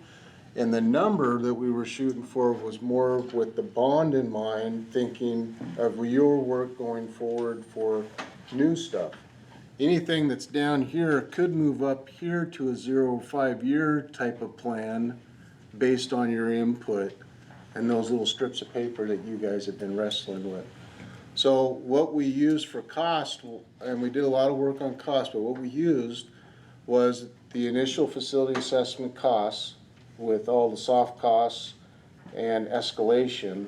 And then, for example, with roofs, if the total number was X, we just minus this out and then said district roof replacement, this would be what was remaining. So we used the numbers that you've seen, said we need to get this done, and then we left the remaining costs for the next 5 to 10 years, if that makes sense. Okay, so that's how we did the numbers work here. So any questions about approach on that? So that's sort of your critical needs at the top. And we're going to go through this a little bit line by line, and then we'll have a little bit more discussion about that. So I want to say that before, and there's 6 per group, so you can pass them out just by groups. So the roofs. Lauren deals with roofs a lot, and we did some replacements this summer, but Takina, oak, NAMS, and timber, when it rains, her office managers have buckets on their tables, literally. And we don't think that number's enough to get that done, but that was the number in the facility assessment. So we left it there because we didn't want to throw another number at you. But roofs, those are our 4 worst that haven't been touched, that give us the fits. And that's the other thing I should have mentioned. We have stuff on this list that gives us fits every week, right? And that's kind of how we approached it, is what's kind of a pain in our neck this week and what we are experiencing. Anything to add to roofs? Well, we've been patching the roofs, just did a bunch of patchwork at Takina, Oak, NAMS. We did replace one section of roof at NAMS this summer that it wasn't patchable. And so fortunately, NAMS is doing pretty good right now with the Band-Aids we put on the classroom wing. But we've been fighting leaks at all of those locations, and their immediate needs, building envelope, got to keep the water outside the building. Windows, Waverly, Liberty, Lafayette, Sunrise rose to the top of concerns for us. There's others that we could throw in there, right? But we knew we couldn't do it all, but we threw those windows in there because they seem to be the worst of the worst. And so that's how we approached the windows. Windows were out heat outside the building, especially at Liberty. And we actually factored in where some of those buildings face the sun too, to decide which windows would be replaced. Or if they're still old wood windows, you know, single pane and, you know, aren't operating properly, so. And we left central out of there on purpose. Okay, you guys noticed that, right? Okay? Yeah. We left central out of that because we hope there's another solution there. Hey, Dave. Yeah. So do you, with the ones you picked, do you see significant gains within temperature controls within the rooms? I mean, is that one of the big efficiencies of the new windows? I believe so, yes. Yeah. And some of them, like at Sunrise, they failed, I'm not gonna use the word, they failed, so they're milky, you can't see through them. Yeah. Right, so the seal's gone in a lot of those. If you walk along the outside of the building, you see that. And in some cases, they've tried to put reflective film on the inside of the windows, which actually leads to a premature failure. So we've been replacing some of those. We really prefer not to use that film for that reason, and because it really doesn't make that much difference compared to a newer type system that's solar cooler, solar bronze is built in, which will get you far more heat reduction. Yeah. So mechanical repair was tough for us. We left obviously some buildings. Obviously, if you do something at some of these buildings, this number may go down. But this is just repair and upgrades to the systems that we have. On your chart on the bottom is what our estimated costs are for AC and full replacement. We would like to put that graph on the bottom up to the top, but we were concerned about what it does to that number. So that's why we didn't do that. Does that make sense? And the reason we selected these, those buildings down here is get our high schools and middle schools up to snuff and get rid of our pit fans. Lauren will explain pit fans. So currently at these sites, particularly West Albany, Calapooya Memorial, those have pit fans in them, and so all the classrooms get their ventilation by drawing air into a huge pit fan, and it blows it down a tunnel under the hallways, and then that goes into the classroom spaces, and so that's how they get their ventilation from outdoor air. It's not ideal. It's very difficult to control, and so air takes the least path of resistance, so some of your classrooms get more than they need, and down at the end of the line you don't get as much. Plus it's passing in an underground environment. It's just not ideal, and it's not really controllable. So this is really, these numbers up here represent fixing the existing system to operate the same way it's been operating. And so, and again, we struggle with not putting that bar on the chart up here, but that increases that number quite a bit, right? So that's when I'm explaining the difference between facility assessment and bond, we were really struggling with, so I wanted to explain that to you. ADA across the district, you guys have marked that high on your list often.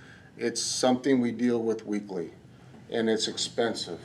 Door closures, changing, I mean, it's expensive.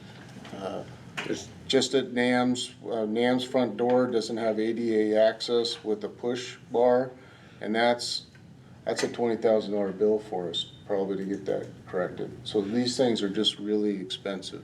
So knocking some of this stuff out, and again, we put the site and path updates down below and a lower threshold, just because of, again, that number, because we were trying to control that a little bit. But getting to some of our ADA is a concern that we deal with on a weekly basis. Asbestos, I note that I put the word high in here. These estimates, I use these estimates off of the facility assessment reports. They're high because we don't think we need to do all of the asbestos in these buildings, but some of it. Mainly, like at the high schools and middle schools, there's this, in the pit fan area, in the tunnels, there's asbestos, right? So we would like to get that all out of there. It's all contained, it's all safe, but it'd be nice to get it out of there, right? So if we don't replace those systems, then we would like to see that removed. So is it the floor tile? Well, we have it in floor tile, but there's steam lines and water lines that run through, particularly the steam lines, and so a lot of those have hard fittings, as well as fiberglass insulation on them, and those are run through the tunnel also. Yeah, in Nays is the gym. The gym has asbestos tile in the gym, and so that was a priority at North Albany Elementary School. We'd like to see that replaced. It's failing, and that's some area.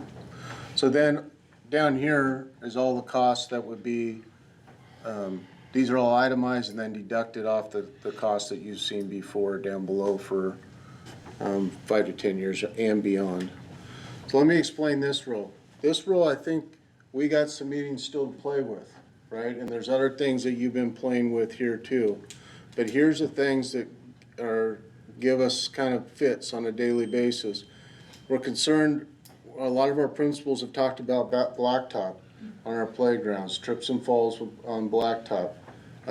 What's it gonna look 10 years from now? Right, that's my question, right? Playground repairs, our inspections of our playgrounds, our insurance company has given us some bad reports, and we've upgraded and addressed them as best as we could, but playgrounds are expensive to do. So this is low, meaning we could do more here for that, but again, we were conscious of this number. This is about 10 schools getting playground repairs across the district is what we estimated there. Concrete repairs, it's low because we know we have a lot more that we could do, but trips and falls across the district, sometimes that's a big cost for us. Calipue, freezer, whatever we do, if those people that did that visit, whatever we do has to get done. And there may be another way that we can do this and may have to do it before then. But basically, you open the door to the Calipue freezer and the whole wall shakes. It moves about that much. So and again, that's a big bill, and we may need to take care of it sooner than a bond. Doors and hardware give Lauren headaches a lot. And what are they gonna look like 10 years from now? If they're giving us headaches now, what's they gonna look like 10 years from now? And then I know jail didn't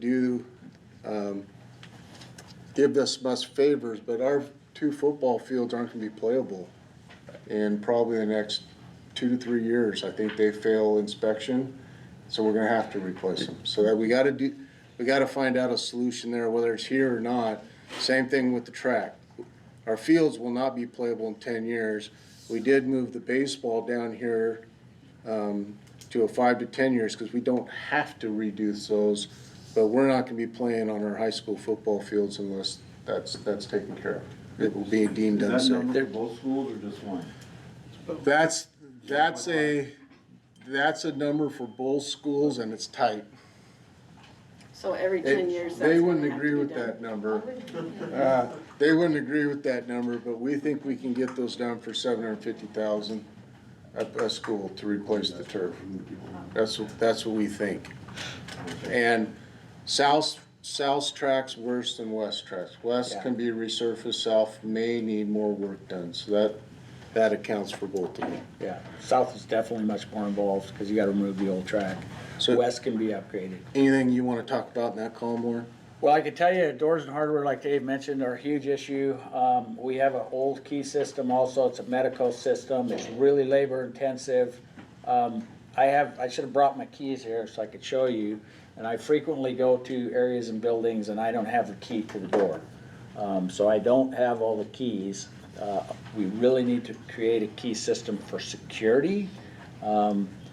And be able to upgrade all this failing hardware, because a lot of it is really old and it doesn't meet ADA, so it's got ADA issues, but it's also got failure issues. And it takes my locksmith about 15 minutes to cut a Medico key because they're just ridiculous. So to create a key system that we can manage would be really, really huge in the whole process, and fix our doors that are falling apart. So Lafayette doors failing on the bottom, we do have, we have to cut tin. yes, we're actually cladding over the doors at Lafayette because they're delaminating their old wood doors, and so we've been cladding the exterior to try and make them last. So, and we have this all over. We have a lot of doors that are rusting through. You know, they're just not in the super noticeable areas. I mean, I keep having to go in afternoons. I get calls that the panic bar, the old style panic bar, fell apart, and it's just hanging there, and gotta go put it back together. So Not the one in Memorial though, because Memorial, what did the kid do? So that was a different issue. They stuffed a bunch of stuff. The doors actually were jammed shut. They couldn't get the doors to open, and they had stuffed a bunch of gum and stuff inside the door jams. And so they got the door shut, and I mean, it was jammed. I hate to say it, but I was pretty impressed with their effort. Yeah, it was awesome. So we got all that stuff An scraped urgent out, work but- order, because the door's stuck, and it's because the kids put a bunch of stuff in it. So these are italicized and underlined because you haven't seen those before. Okay, you haven't seen those numbers before. Carpeting's another thing, lower on the list, you haven't seen that number before, so that's why they're underlined in italics, those are new to you. And then these are things that we prioritize based off of your feedback, based off, these are more of those strips that you folks have been playing with, that we've said that's more to a 5 to 10 years, so. One other just important thing is when it comes to blacktop replacement, our storm drains and our sewer systems are falling apart. So we have had nothing but problems, and I have been putting patches in all over the place, and we're keeping those guys really busy. And it's really important that when we hit blacktop areas or concrete areas, any sewer lines or storm drain lines get replaced when we do that, so we don't have to go back in and cut patches and repair. And that's been a huge issue since I got to this district. I mean, it's just constant, just trying to keep the storm drain and the sewers operating. So, Action Drain, you probably know that company maybe. I bet you we write them a check every month for $8,000 to $10,000 for clearing drains across the district. it's not just clearing drains, it's the repairs because they're failing. Those old concrete lines fail, you know. We just got Lafayette fixed. We had all the old building, all the bathrooms were down in that building because we had a 45 that was blown out. The roots get in there and they get into those concrete pipes because they're every 4 feet. They have a joint and they just pop them apart, and that's kind of what we've got going on, so. But then that leads to backup, which leads to flood cutting, which leads to additional expense that we deal with on a daily basis, yeah. You probably told us in the beginning, but what is the annual maintenance budget in the district? I'd have to get back I with you on think that. we can come back and Yeah. maybe even have some of these to share with you guys. Yeah, I think we, yeah. There's a lot of different accounts, so it gets kind of complicated. I'll tell you what though, before, when I arrived to the district, they have doubled, they've absolutely doubled since Jane's been here, because they were way underfunded for years. Would you agree with that, Jane? Yeah.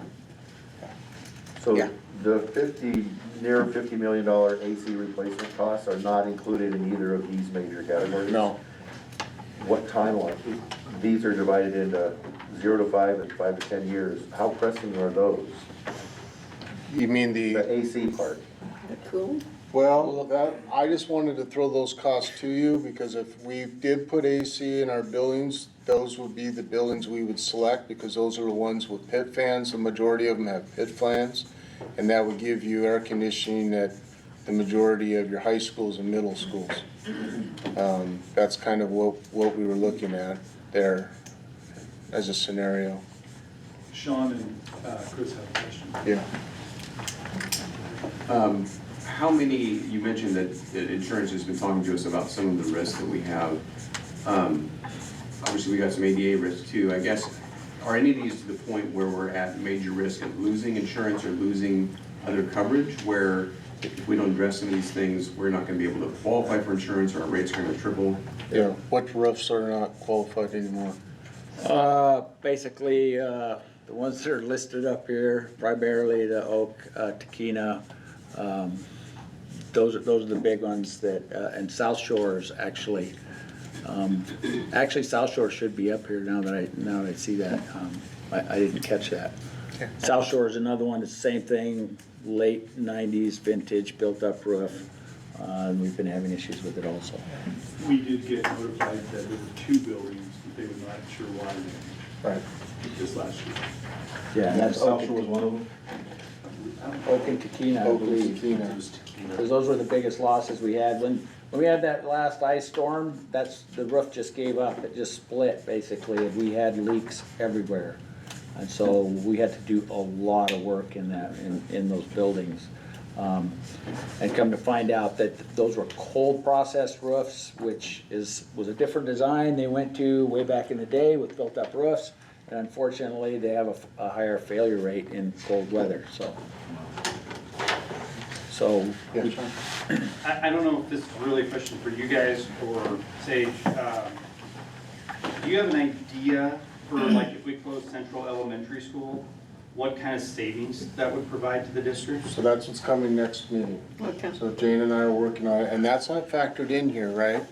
You close the school, these numbers all change and you apply them someplace else, right? But that's coming next month, and Jane's been doing the majority of the work on that.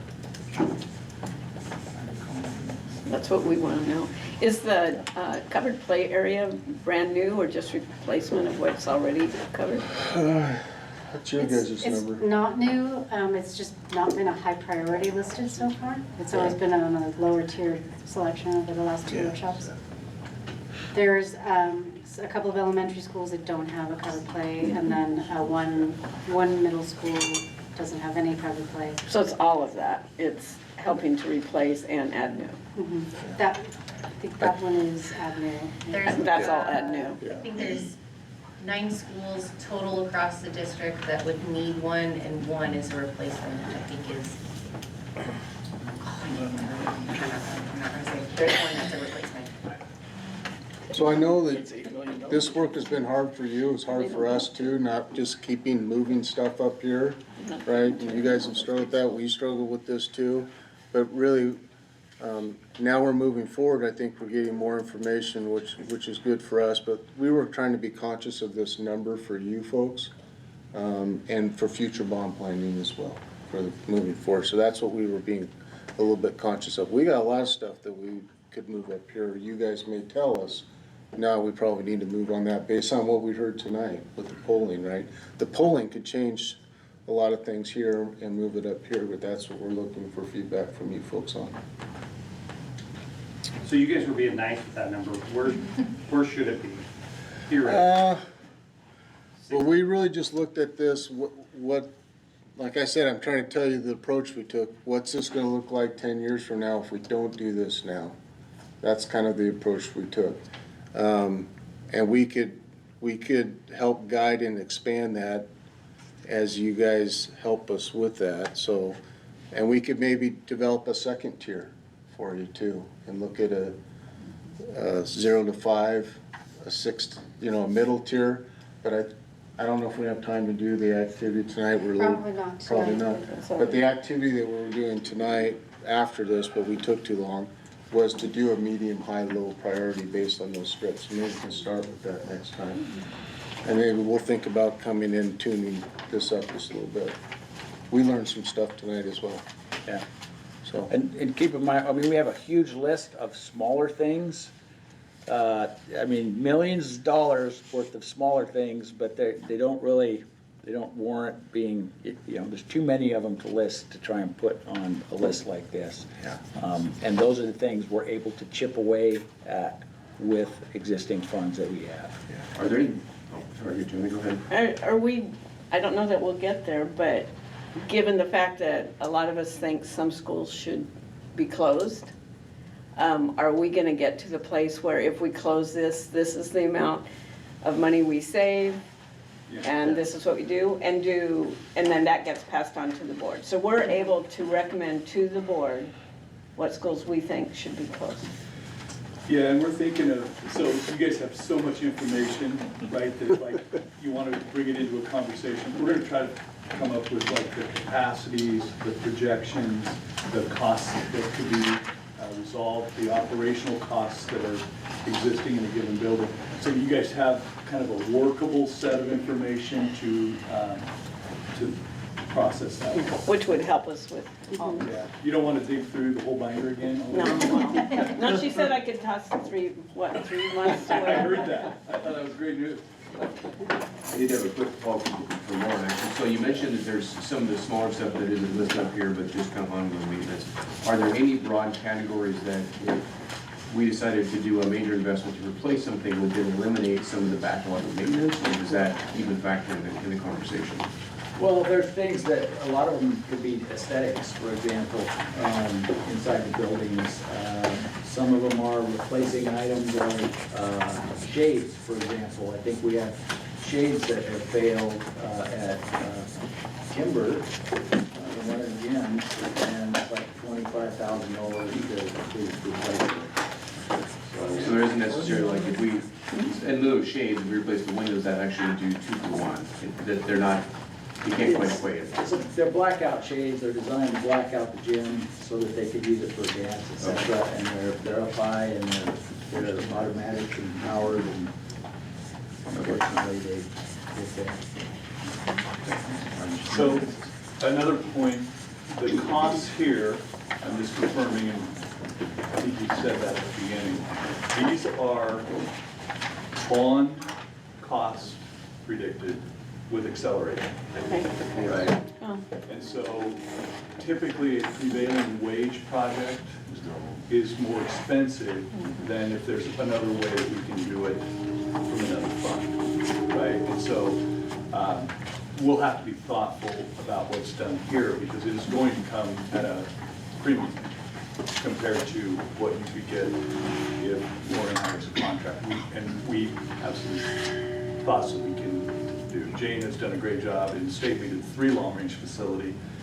We always were working on things not just in a bond, right? So that we got a greater efficiency as well, right? So like we know the football fields are going to be, they're close to the end, right? And so, but we also know that the community's not super hot on it, right? So there's different things that we can work on as well. And But I that's, think it's how we put it all together, right? yeah, that's that messaging. Yep. If it's a maintenance issue and a safety and security issue, then I would like to have, as you're mentioning, the difference between football and baseball is you can still irrigate and maintain a baseball infield, but the football field is on its last legs. Any other questions? We can talk amongst ourselves. We got a little bit of time. We just don't have enough time for the exercise. So we could do a table talk again for 10 minutes, then report back out what you guys want. 5 minutes? 5 minutes table talk?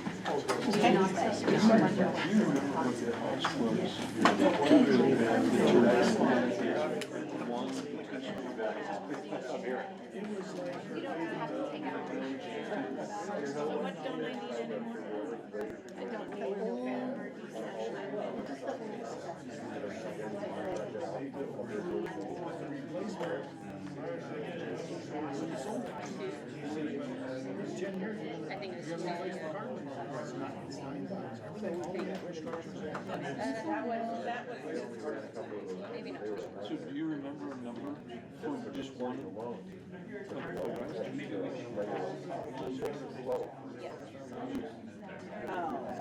And now we have because I can't put it all in.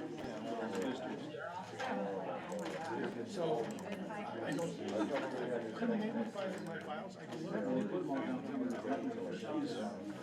My recollection has got to be, because it wasn't 750. To put them in. It was close. Yeah, I see inquisitive faces. Oh, we're just. We're in a witch hunt district. Okay. We don't need the.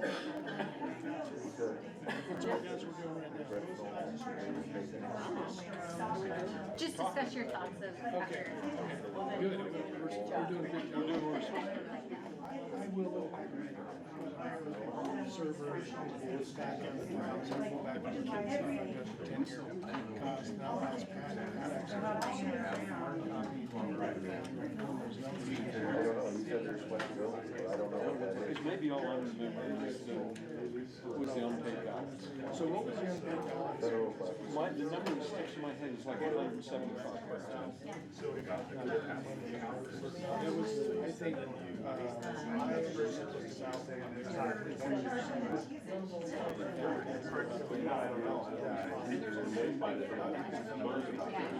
So, when I understand too, salaries had started.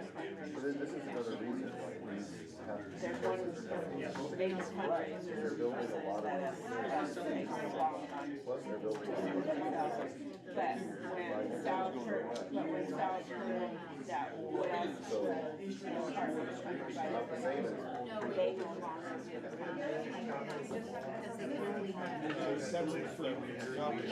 well, this is, I'm like, no, that's what I was like, I don't know anything. Because we talked about it. Because I came back in, because I missed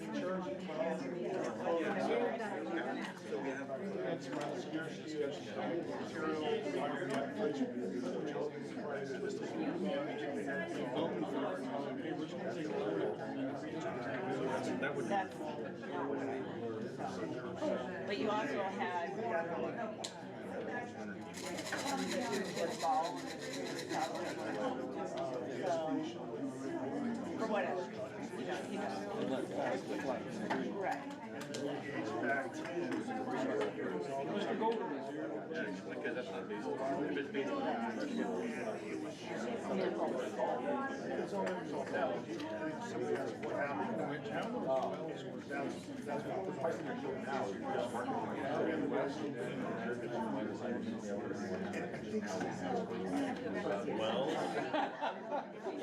Yeah. That's what I using. I don't know. I haven't heard anything about that, so. Predecessor facilities.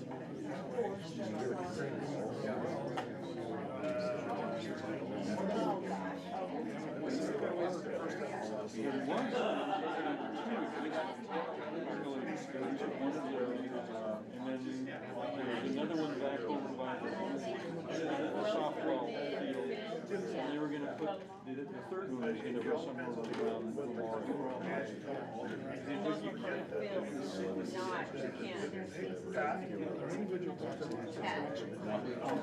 But there's some fields, not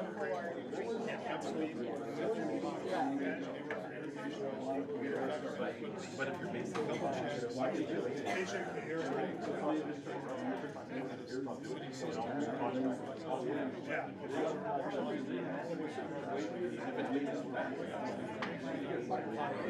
So you hired agent.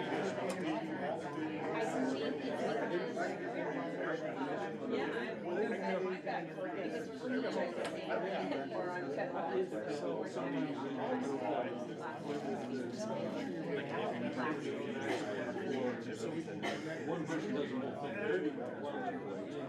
He's doing both sides.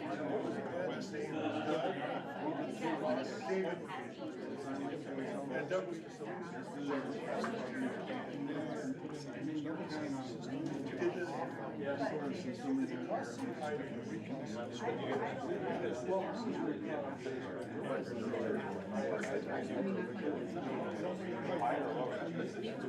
Well, but what I was, I debated where I remember spread.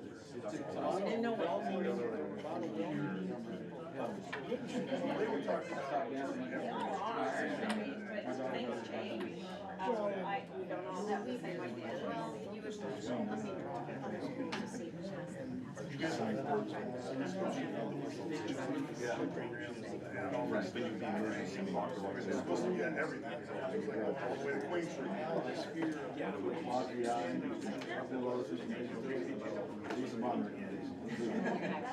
I did my taxes, travel,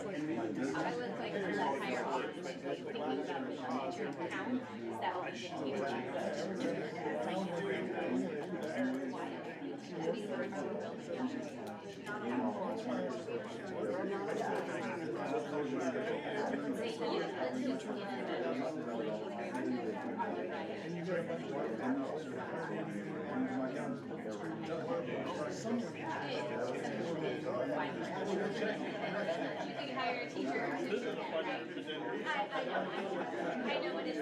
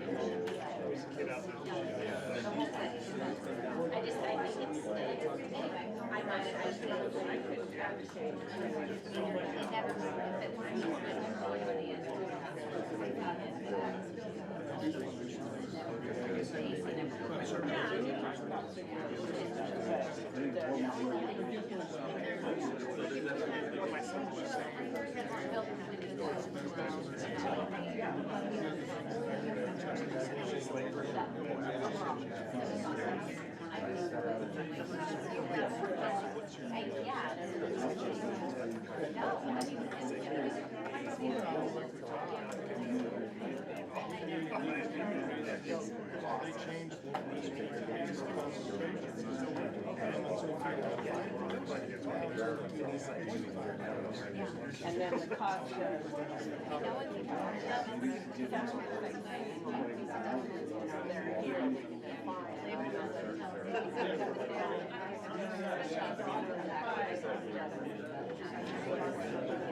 Take it back, I just say, like, we need it. That's a lot.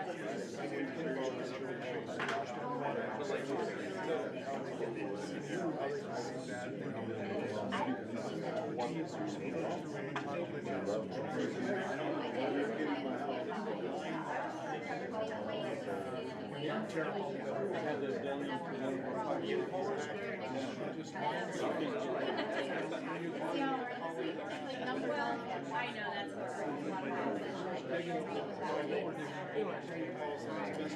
Let's get back together before we leave and do a little report out. Ready to do a last kind of report out? we don't have it. Done? Does anybody have any observations they want to share before we close out for tonight? Now we're shy. I really appreciate that summary. Here's what we have to do. So that kind of takes a chunk out of that budget, right? I think it's hugely important that we have that in front of us and kind of our, okay, we only have this much left to play with. So appreciate it. And we can argue about some of those as well. Yeah, nice try. We can argue about it. Yeah, you guys are the experts, right? You gotta trust somebody at this point. This is it. All right. So next time, David mentioned we're going to go through costs per school. As you know, we kind of hinted at, if you close a school, what is that? What do those operations costs mean, and where do they go?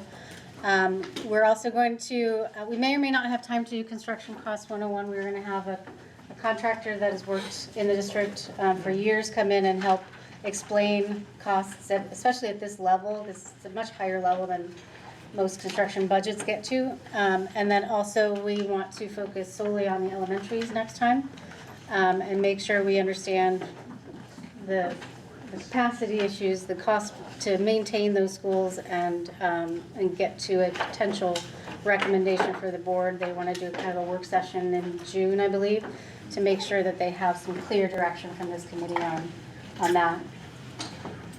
I will also have talked at the next meeting to each of the board members individually. 2 of them have heard the whole conversation tonight. Because I think it's gonna be really important how we, as JL said, tread lightly, but yet take the actions to do that work. The survey did show that there's headwinds to do it all at once, right? And to do a bond at the same time, right? And so we'll want to be thoughtful about that. And anybody who has thoughts and wants to meet me for coffee, Pat and I will be at Argent Coffee that day, I'm sure. So. What day? What time? Oh, and Rick Costin too. They call his name when he. Is that walks every in as well. Thursday? So, but you know, just thoughts and questions and other things, and we have work to do on our end to provide you with that. We'll also try to gather the information so that it's easily at hand as we have these discussions. Thank you, guys. Let me ask a question before you go on the adjourn. Is there any particular grant funding opportunities that can be exercised and bring some of those dollars in? To do this work. So typically, my own experience and watching other districts, this district has done work through energy efficiency through ODO, right, where we can project out efficiencies in lighting, right, which will cut costs, and then we can move that savings forward into an upgrade, right? We've done that a couple times. But there aren't any like huge facility grants that are laying around with us. And then there is the $8 million that we can get through a matching bond fund. And I think the chances are pretty good. Every time they have given the Austin grant out in the last 3 bienniums, they've actually had money left over. Not everybody passes them. Oh, I got you. Right? And not very many districts look for a bond in any given period of time, right? So there are ways that we can stretch that. We would know that we had the ability to get that prior to a campaign. We'll have to apply in December, I think December 15th. December, yeah. For that, and so we would know before we went out. They notify, I think they notify in March, grant recipients, yeah. Two things you didn't see on our list, technology and lighting, because we have some other funds for that. That's why we left that off back here. Good. There are also seismic upgrade grants. Like if you do a gym or a cafeteria, you can use, we're doing quite a few of those right now, that you can use some of those funds to do a lot of the upgrades to those spaces, like ceiling and lighting replacements and flooring and acoustic treatments, whatever the structural engineer comes in and kind of rips apart, and then the architect comes back in and puts it back together. All can follow under that too, and it's $2.5 million to get a seismic grant and work through those spaces. Experience doing that. We just applied for one for California gyms, so, or excuse me, Memorial gyms. I keep getting confused, but Memorial Gymnasiums, so. And we had 2 designed using a TAP grant, so we're prepared to be able to apply for another one. But technical assistance program, so we use those quite a bit. They have asbestos assistance for managing asbestos inspections, etc. For example, facility assessment, they have TAP grant that we've utilized, and long-range facility planning. So we apply for everything we can. That we can cost. Thank you for that. Absolutely. Okay? Any other questions? Comments?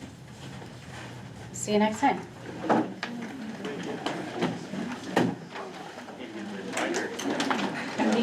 Get a big reminder. Well, this, your first one that we got